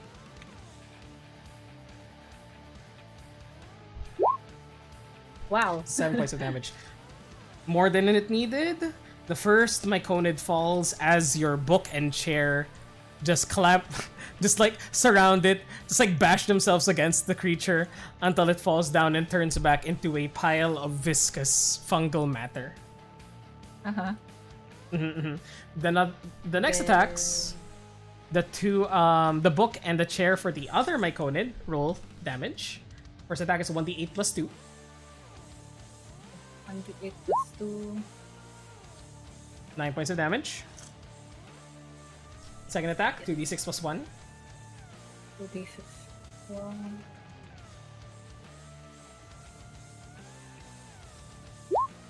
Well, 12 points of damage. Not yet dead as well. These are like big HP creatures, but yeah. it's looking very hurt. Go Cygnus. Okay. Cygnus, honk at it. Go, girl. Be strong by. for mother. Fly by. Roll to hit with Cygnus. 20 hits, 1 point of psychic damage. It is still not dead, but that would have been great. Making mama proud. And the couch rolls a natural 20 for its saving throw. It is no longer stunned. Paralyzed. stunned. Paralyzed. It's no longer paralyzed. So great job. Hoping it survives. See another day. Oh, we'll see. We'll see. Up next, it is the Sovereign's turn. Sovereign moves around, invoking an attack of opportunity from the chair to the left. Okay. What was it? 2d8? Roll to hit 2d6. first. Roll to hit first. Roll to hit. +5. Natural 20. 2d6 plus 1. We're basing this off of Team B. So 2d6 plus 1 plus 12. Flash R, 2d6 plus 13. Yeah. 18 points of damage against the big guy, motherfucker! 18. 54. Okay. God damn. As the chair just like goes ham on this guy. Wonderful. Yeah. It moves around seeing that you're the general here. And generals should fight each other. And so it will... Yeah. It'll let loose a puff of purple spores now towards you, Kaylin. As it surrounds you in like this vortex of disgusting, bitter pollen in the air.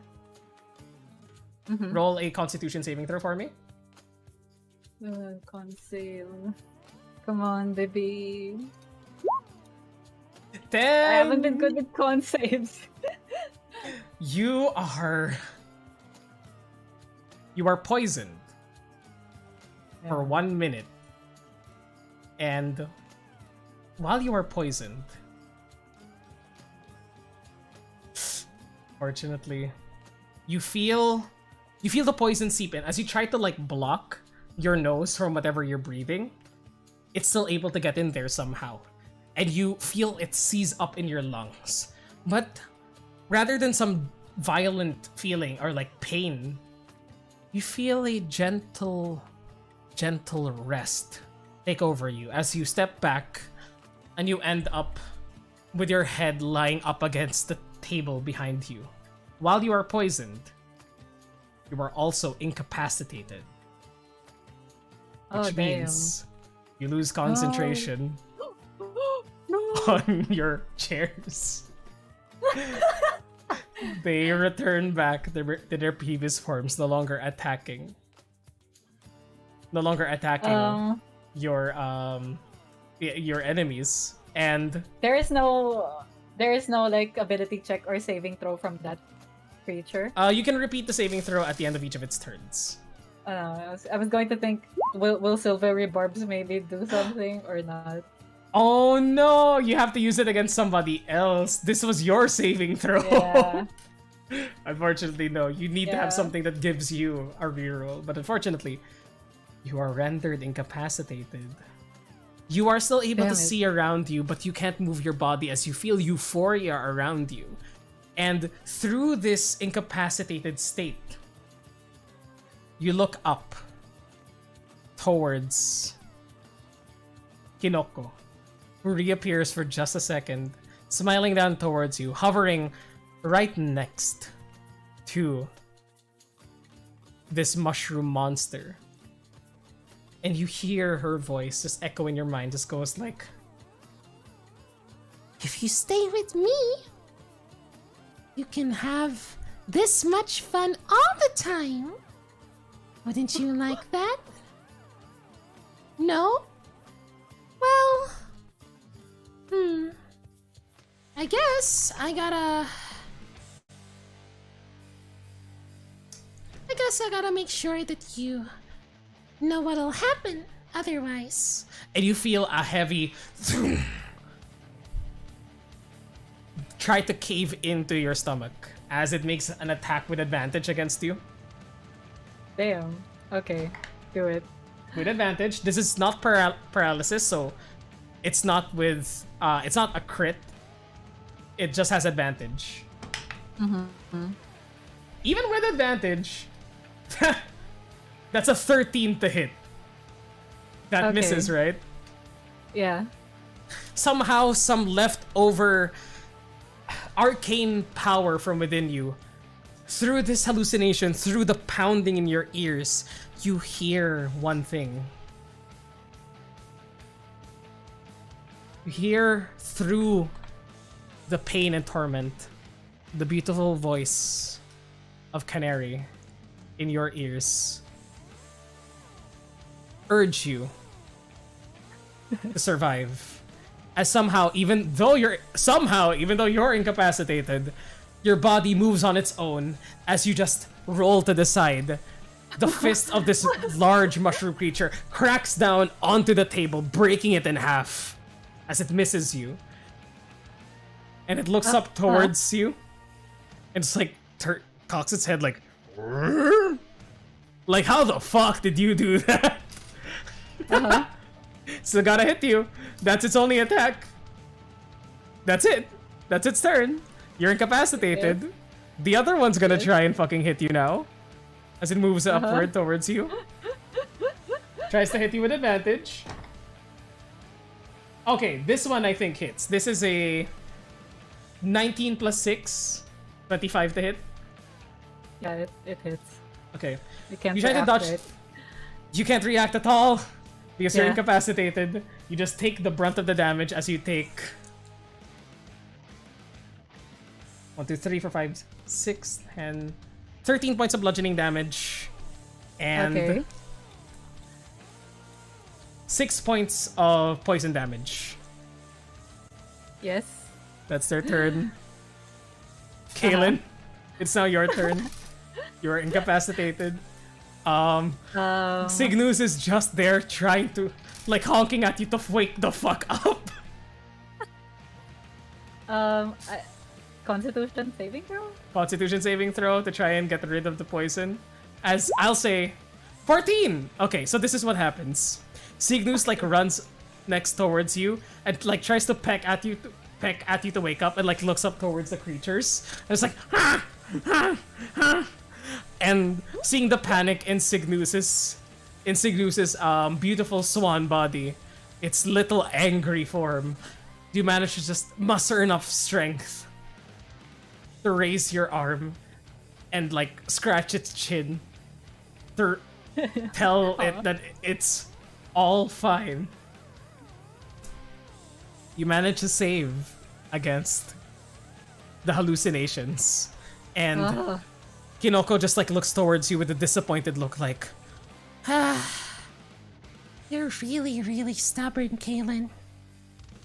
But it's still their turn. What do you want Cygnus to do? Honk at the smaller one. Honk at the smaller one? It might actually work. Roll to hit.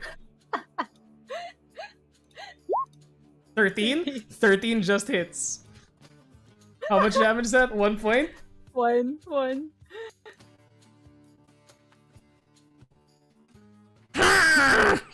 As somehow this creature, as it's about to, like, raise a hand to punch you again, its form crumbles to the ground. Wow. From that 1 point of damage. It had 53 HP total. It was at 52. After everything was going on. Yes. Amazing. Thank you, Cygnus. Get up, Dad. Get up, Mom.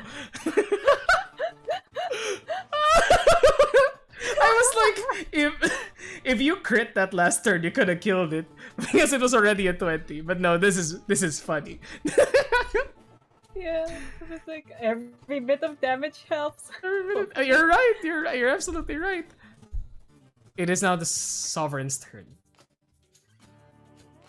Who, seeing you now awake, I'll say that you weren't knocked prone by it. You were just incapacitated. You were still, like, holding yourself up from the table itself. On the table.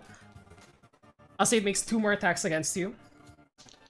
Instead of using one of its gas attack, one of its spores, it just tries to, like, barrel down towards you with its huge fucking fists. First attack. First attack is a 21 to hit. Oh no, 23 to hit. Shield. Shield? Last piece of shield. Oh my god! Wala na akong First level? Blade Song because wala na akong Blade Song because I got knocked out, right? So I think it's just 18. 18. 23? Oh, then it still hits though. Oh damn, really? Wait, let's see Blade Song really quickly, because does Blade Song go away if you're incapacitated at any point? Yeah, yeah. It says there. Yeah, it ends early if I am incapacitated. Shit. Okay. Okay, So let's see I'll save it muna for now. I'll save the shield muna for now then. Yeah.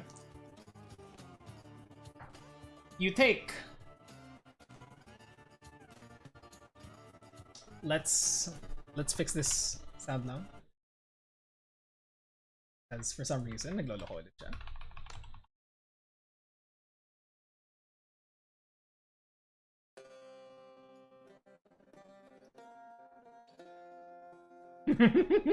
This is more appropriate.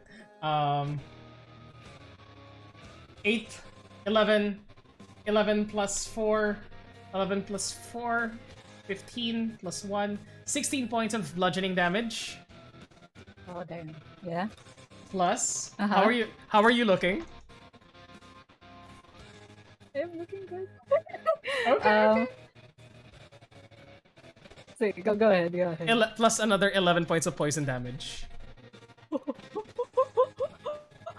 Okay. Second I got attack. 15. Second attack is a 19 to hit. I use shield.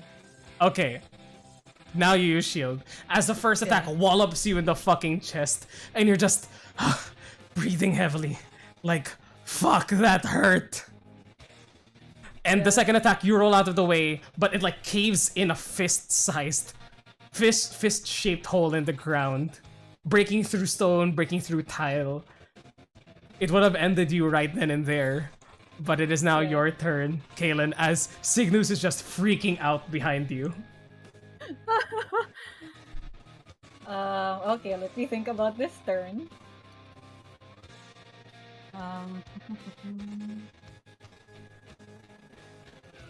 If I use my bonus action to Blade Song, can I still use extra attack? Yes, you can. Yeah. Okay.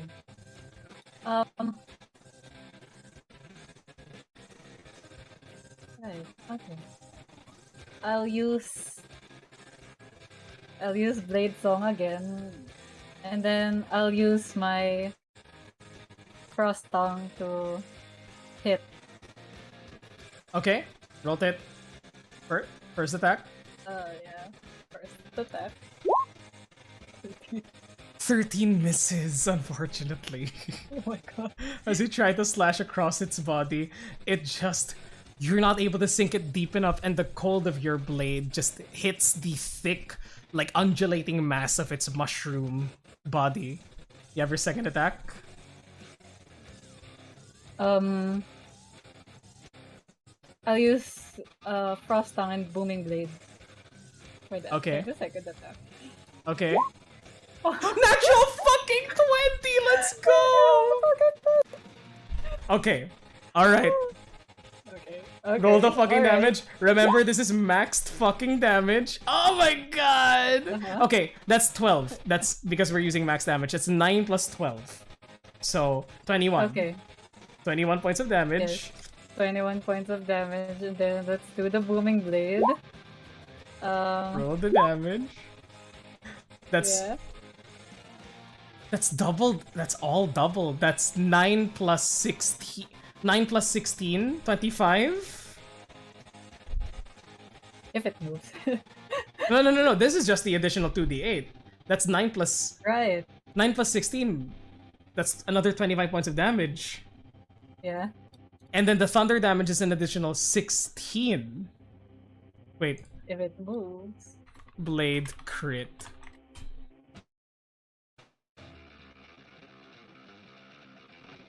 Okay. So the 16 damage isn't doubled. The 16 damage there will just trigger when it moves. Yeah, when it moves. Okay. But that was like,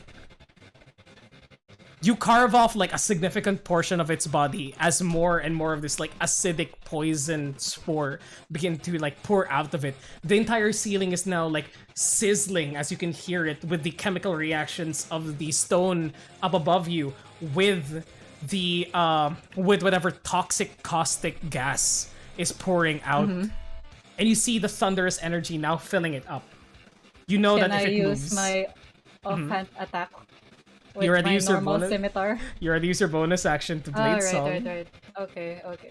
So what are you gonna do? Yeah. Are you gonna stay there and try to bait the attack? Or are you gonna try and move and risk the risk the hit? You know what?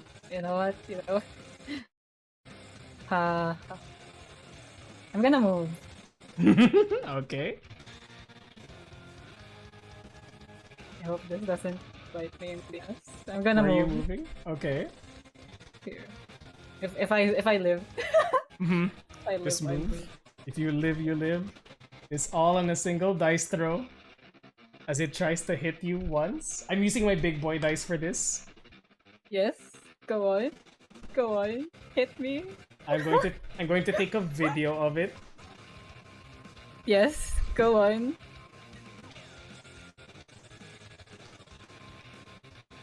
Last hit to determine if Kaylin escapes or not from the big mushroom boy. Yes. Let's go! That is...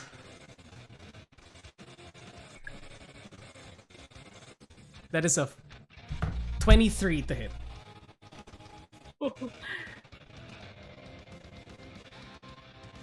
Yep, anything Until the start else? of my next turn. Damn it. It hits. Do you not have any more shields to use? Spell No. slots at all? No. No more? I have I can upcast. Yes, you can. Right. Wait lang. I don't have blades. Did I have blades? You No, have yes, I blade song. blades now. Okay, I use my 3rd level spell slot to cast shield. Jelai, I gotta say, if you didn't Blade Song, 15 plus 8, that would have hit no matter what with your regular AC. Yeah. Because you did Yeah. Blade Song.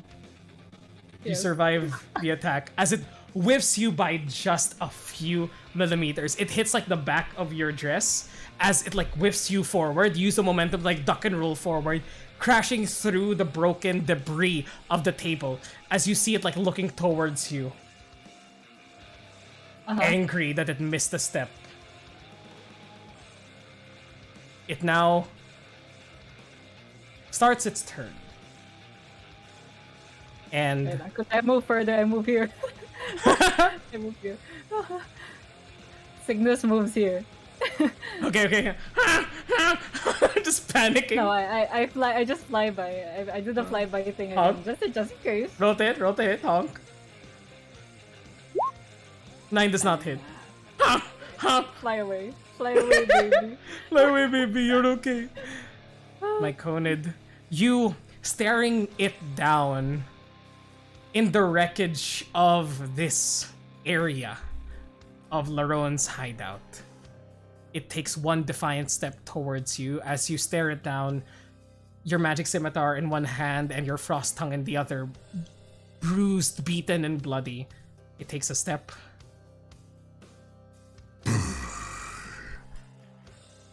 Its leg explodes.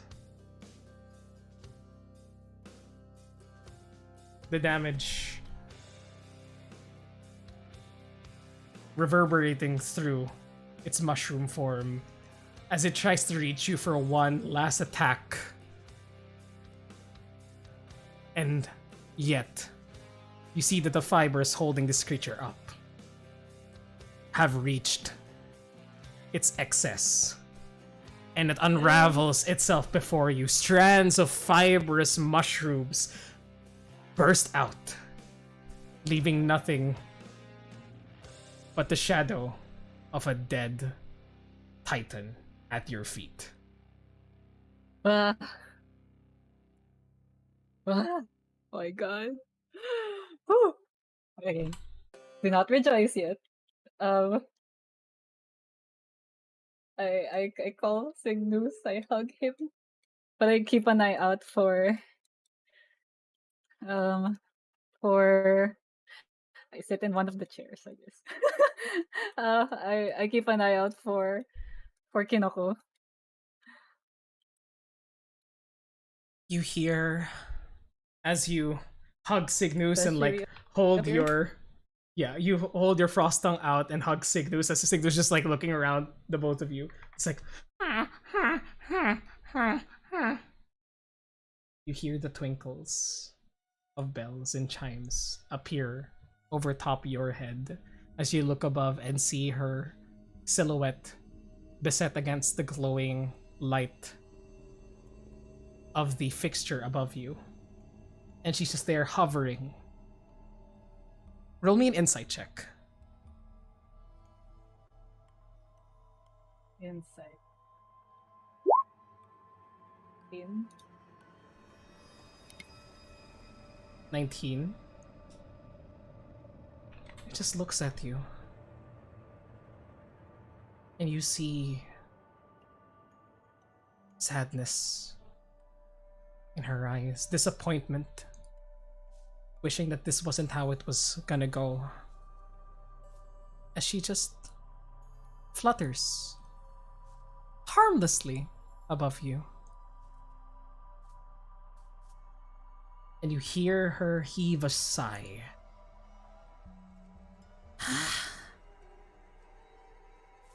You really like her that much, don't you? You were willing to risk everything, even your own life.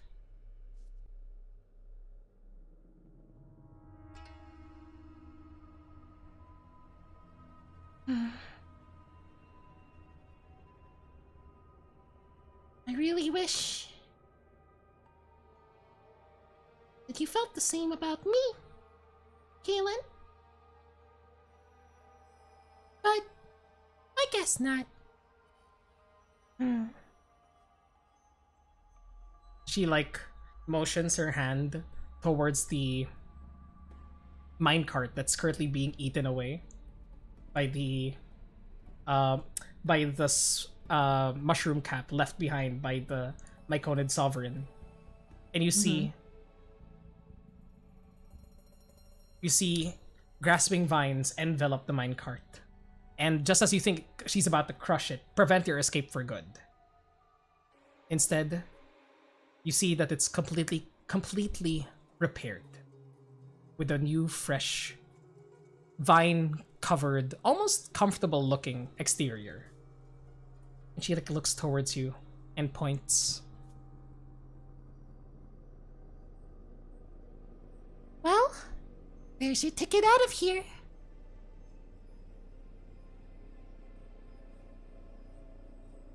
Is she being genuine? With your 19 insight check? Yeah. For once. You feel that she's being genuine with you. And there's genuine heartbreak on her face. Like she just wants you gone. And she wishes this didn't need to happen.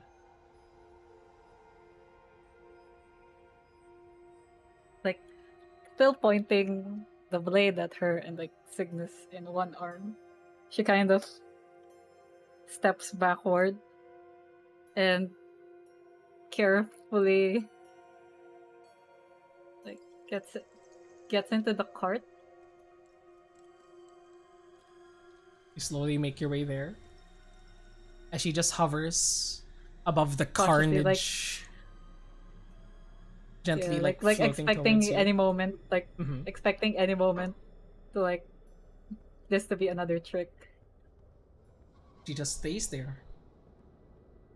Looking over the carnage that you had wrought. Looking back towards you. Still hovering in the air. Go ahead. No, no, no. Sorry, that was just some other person talking. It's okay. She just hovers there, pointing. This time more hurriedly, like she can't bear this any longer. And she just goes, Go. Go now. Before I change my mind. Ooh. Um, she, yeah, she rides. She steps over the cart. Then, if there's like a lever to pull it, she would. you see it, you pull it behind you. As the power turns on, and Cygnus and Kalen, you start rolling your way back to town where you know you can escape more easily. The last thing you see is. Mhm. And the last thing you see behind you is Hinoko's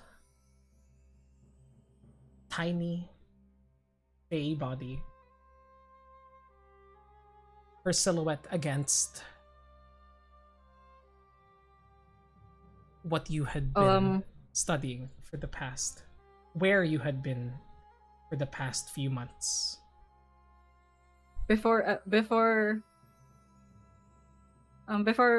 would have boarded the cart, she would have tethered her mind to to Kinoko, and she would have said,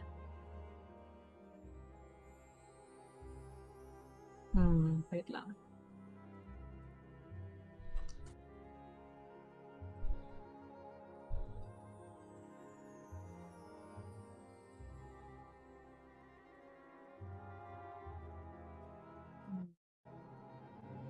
You start chugging along the tracks, further and further ahead, 50 feet, 100. You know that you can only hold the connection for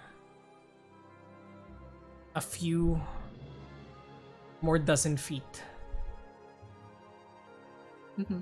And you see her still hovering there, sadly, all by herself, lonely, against this backdrop.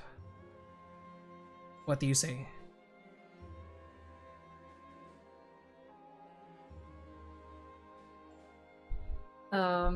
Kaylin says, I wish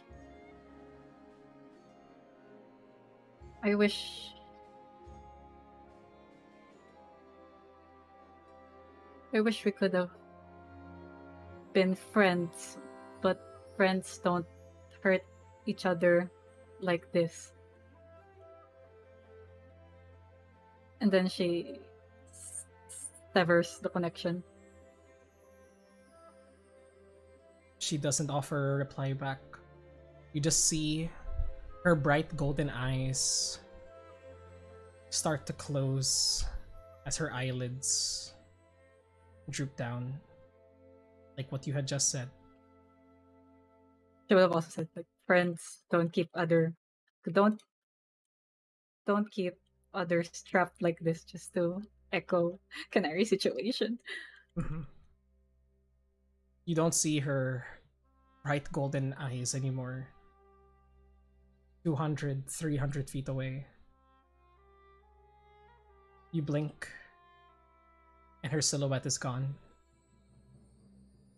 And you see other footsteps. You hear footsteps coming closer and closer as the figures of Larone's men start to realize what has happened. And you hear some of them start to prepare to give chase. But you know that you're far enough that they'll never be able to catch up to you at this point. You ride the minecart to freedom, knowing that the next steps will be harder, but will be worth it. And that's where we end tonight's session. Ryan. Oh my god. Amazing. Fantastic. Wonderful. Heart-stopping. My Doki Doki. Oh my god. So good. Oh my god. I was so stressed out, bro. I could tell. Wait, let me fix the camera. Let me just. There we go. Sure. And also, just so we don't need to discuss this part on stream, thank you everybody for joining us. This has been a one-shot with Song and Storm playing her character, Kaylin. Whew. Who knows when the next time we'll be able to see her is when we will next see her, basically. So, thank you for joining us. Anybody who watches this, hope you enjoy, because this is basically this is a lot that's just for us. So, hope you enjoyed it as much as we did. And till the next time in the world of the Tenacious Brigade. Goodbye. Bye-bye. Thank you for listening, whoever it will be. Whoever it will be. Thank you for the fantastic game, Red. Thank you. Hello. Yes. Goodbye, Oh. everybody.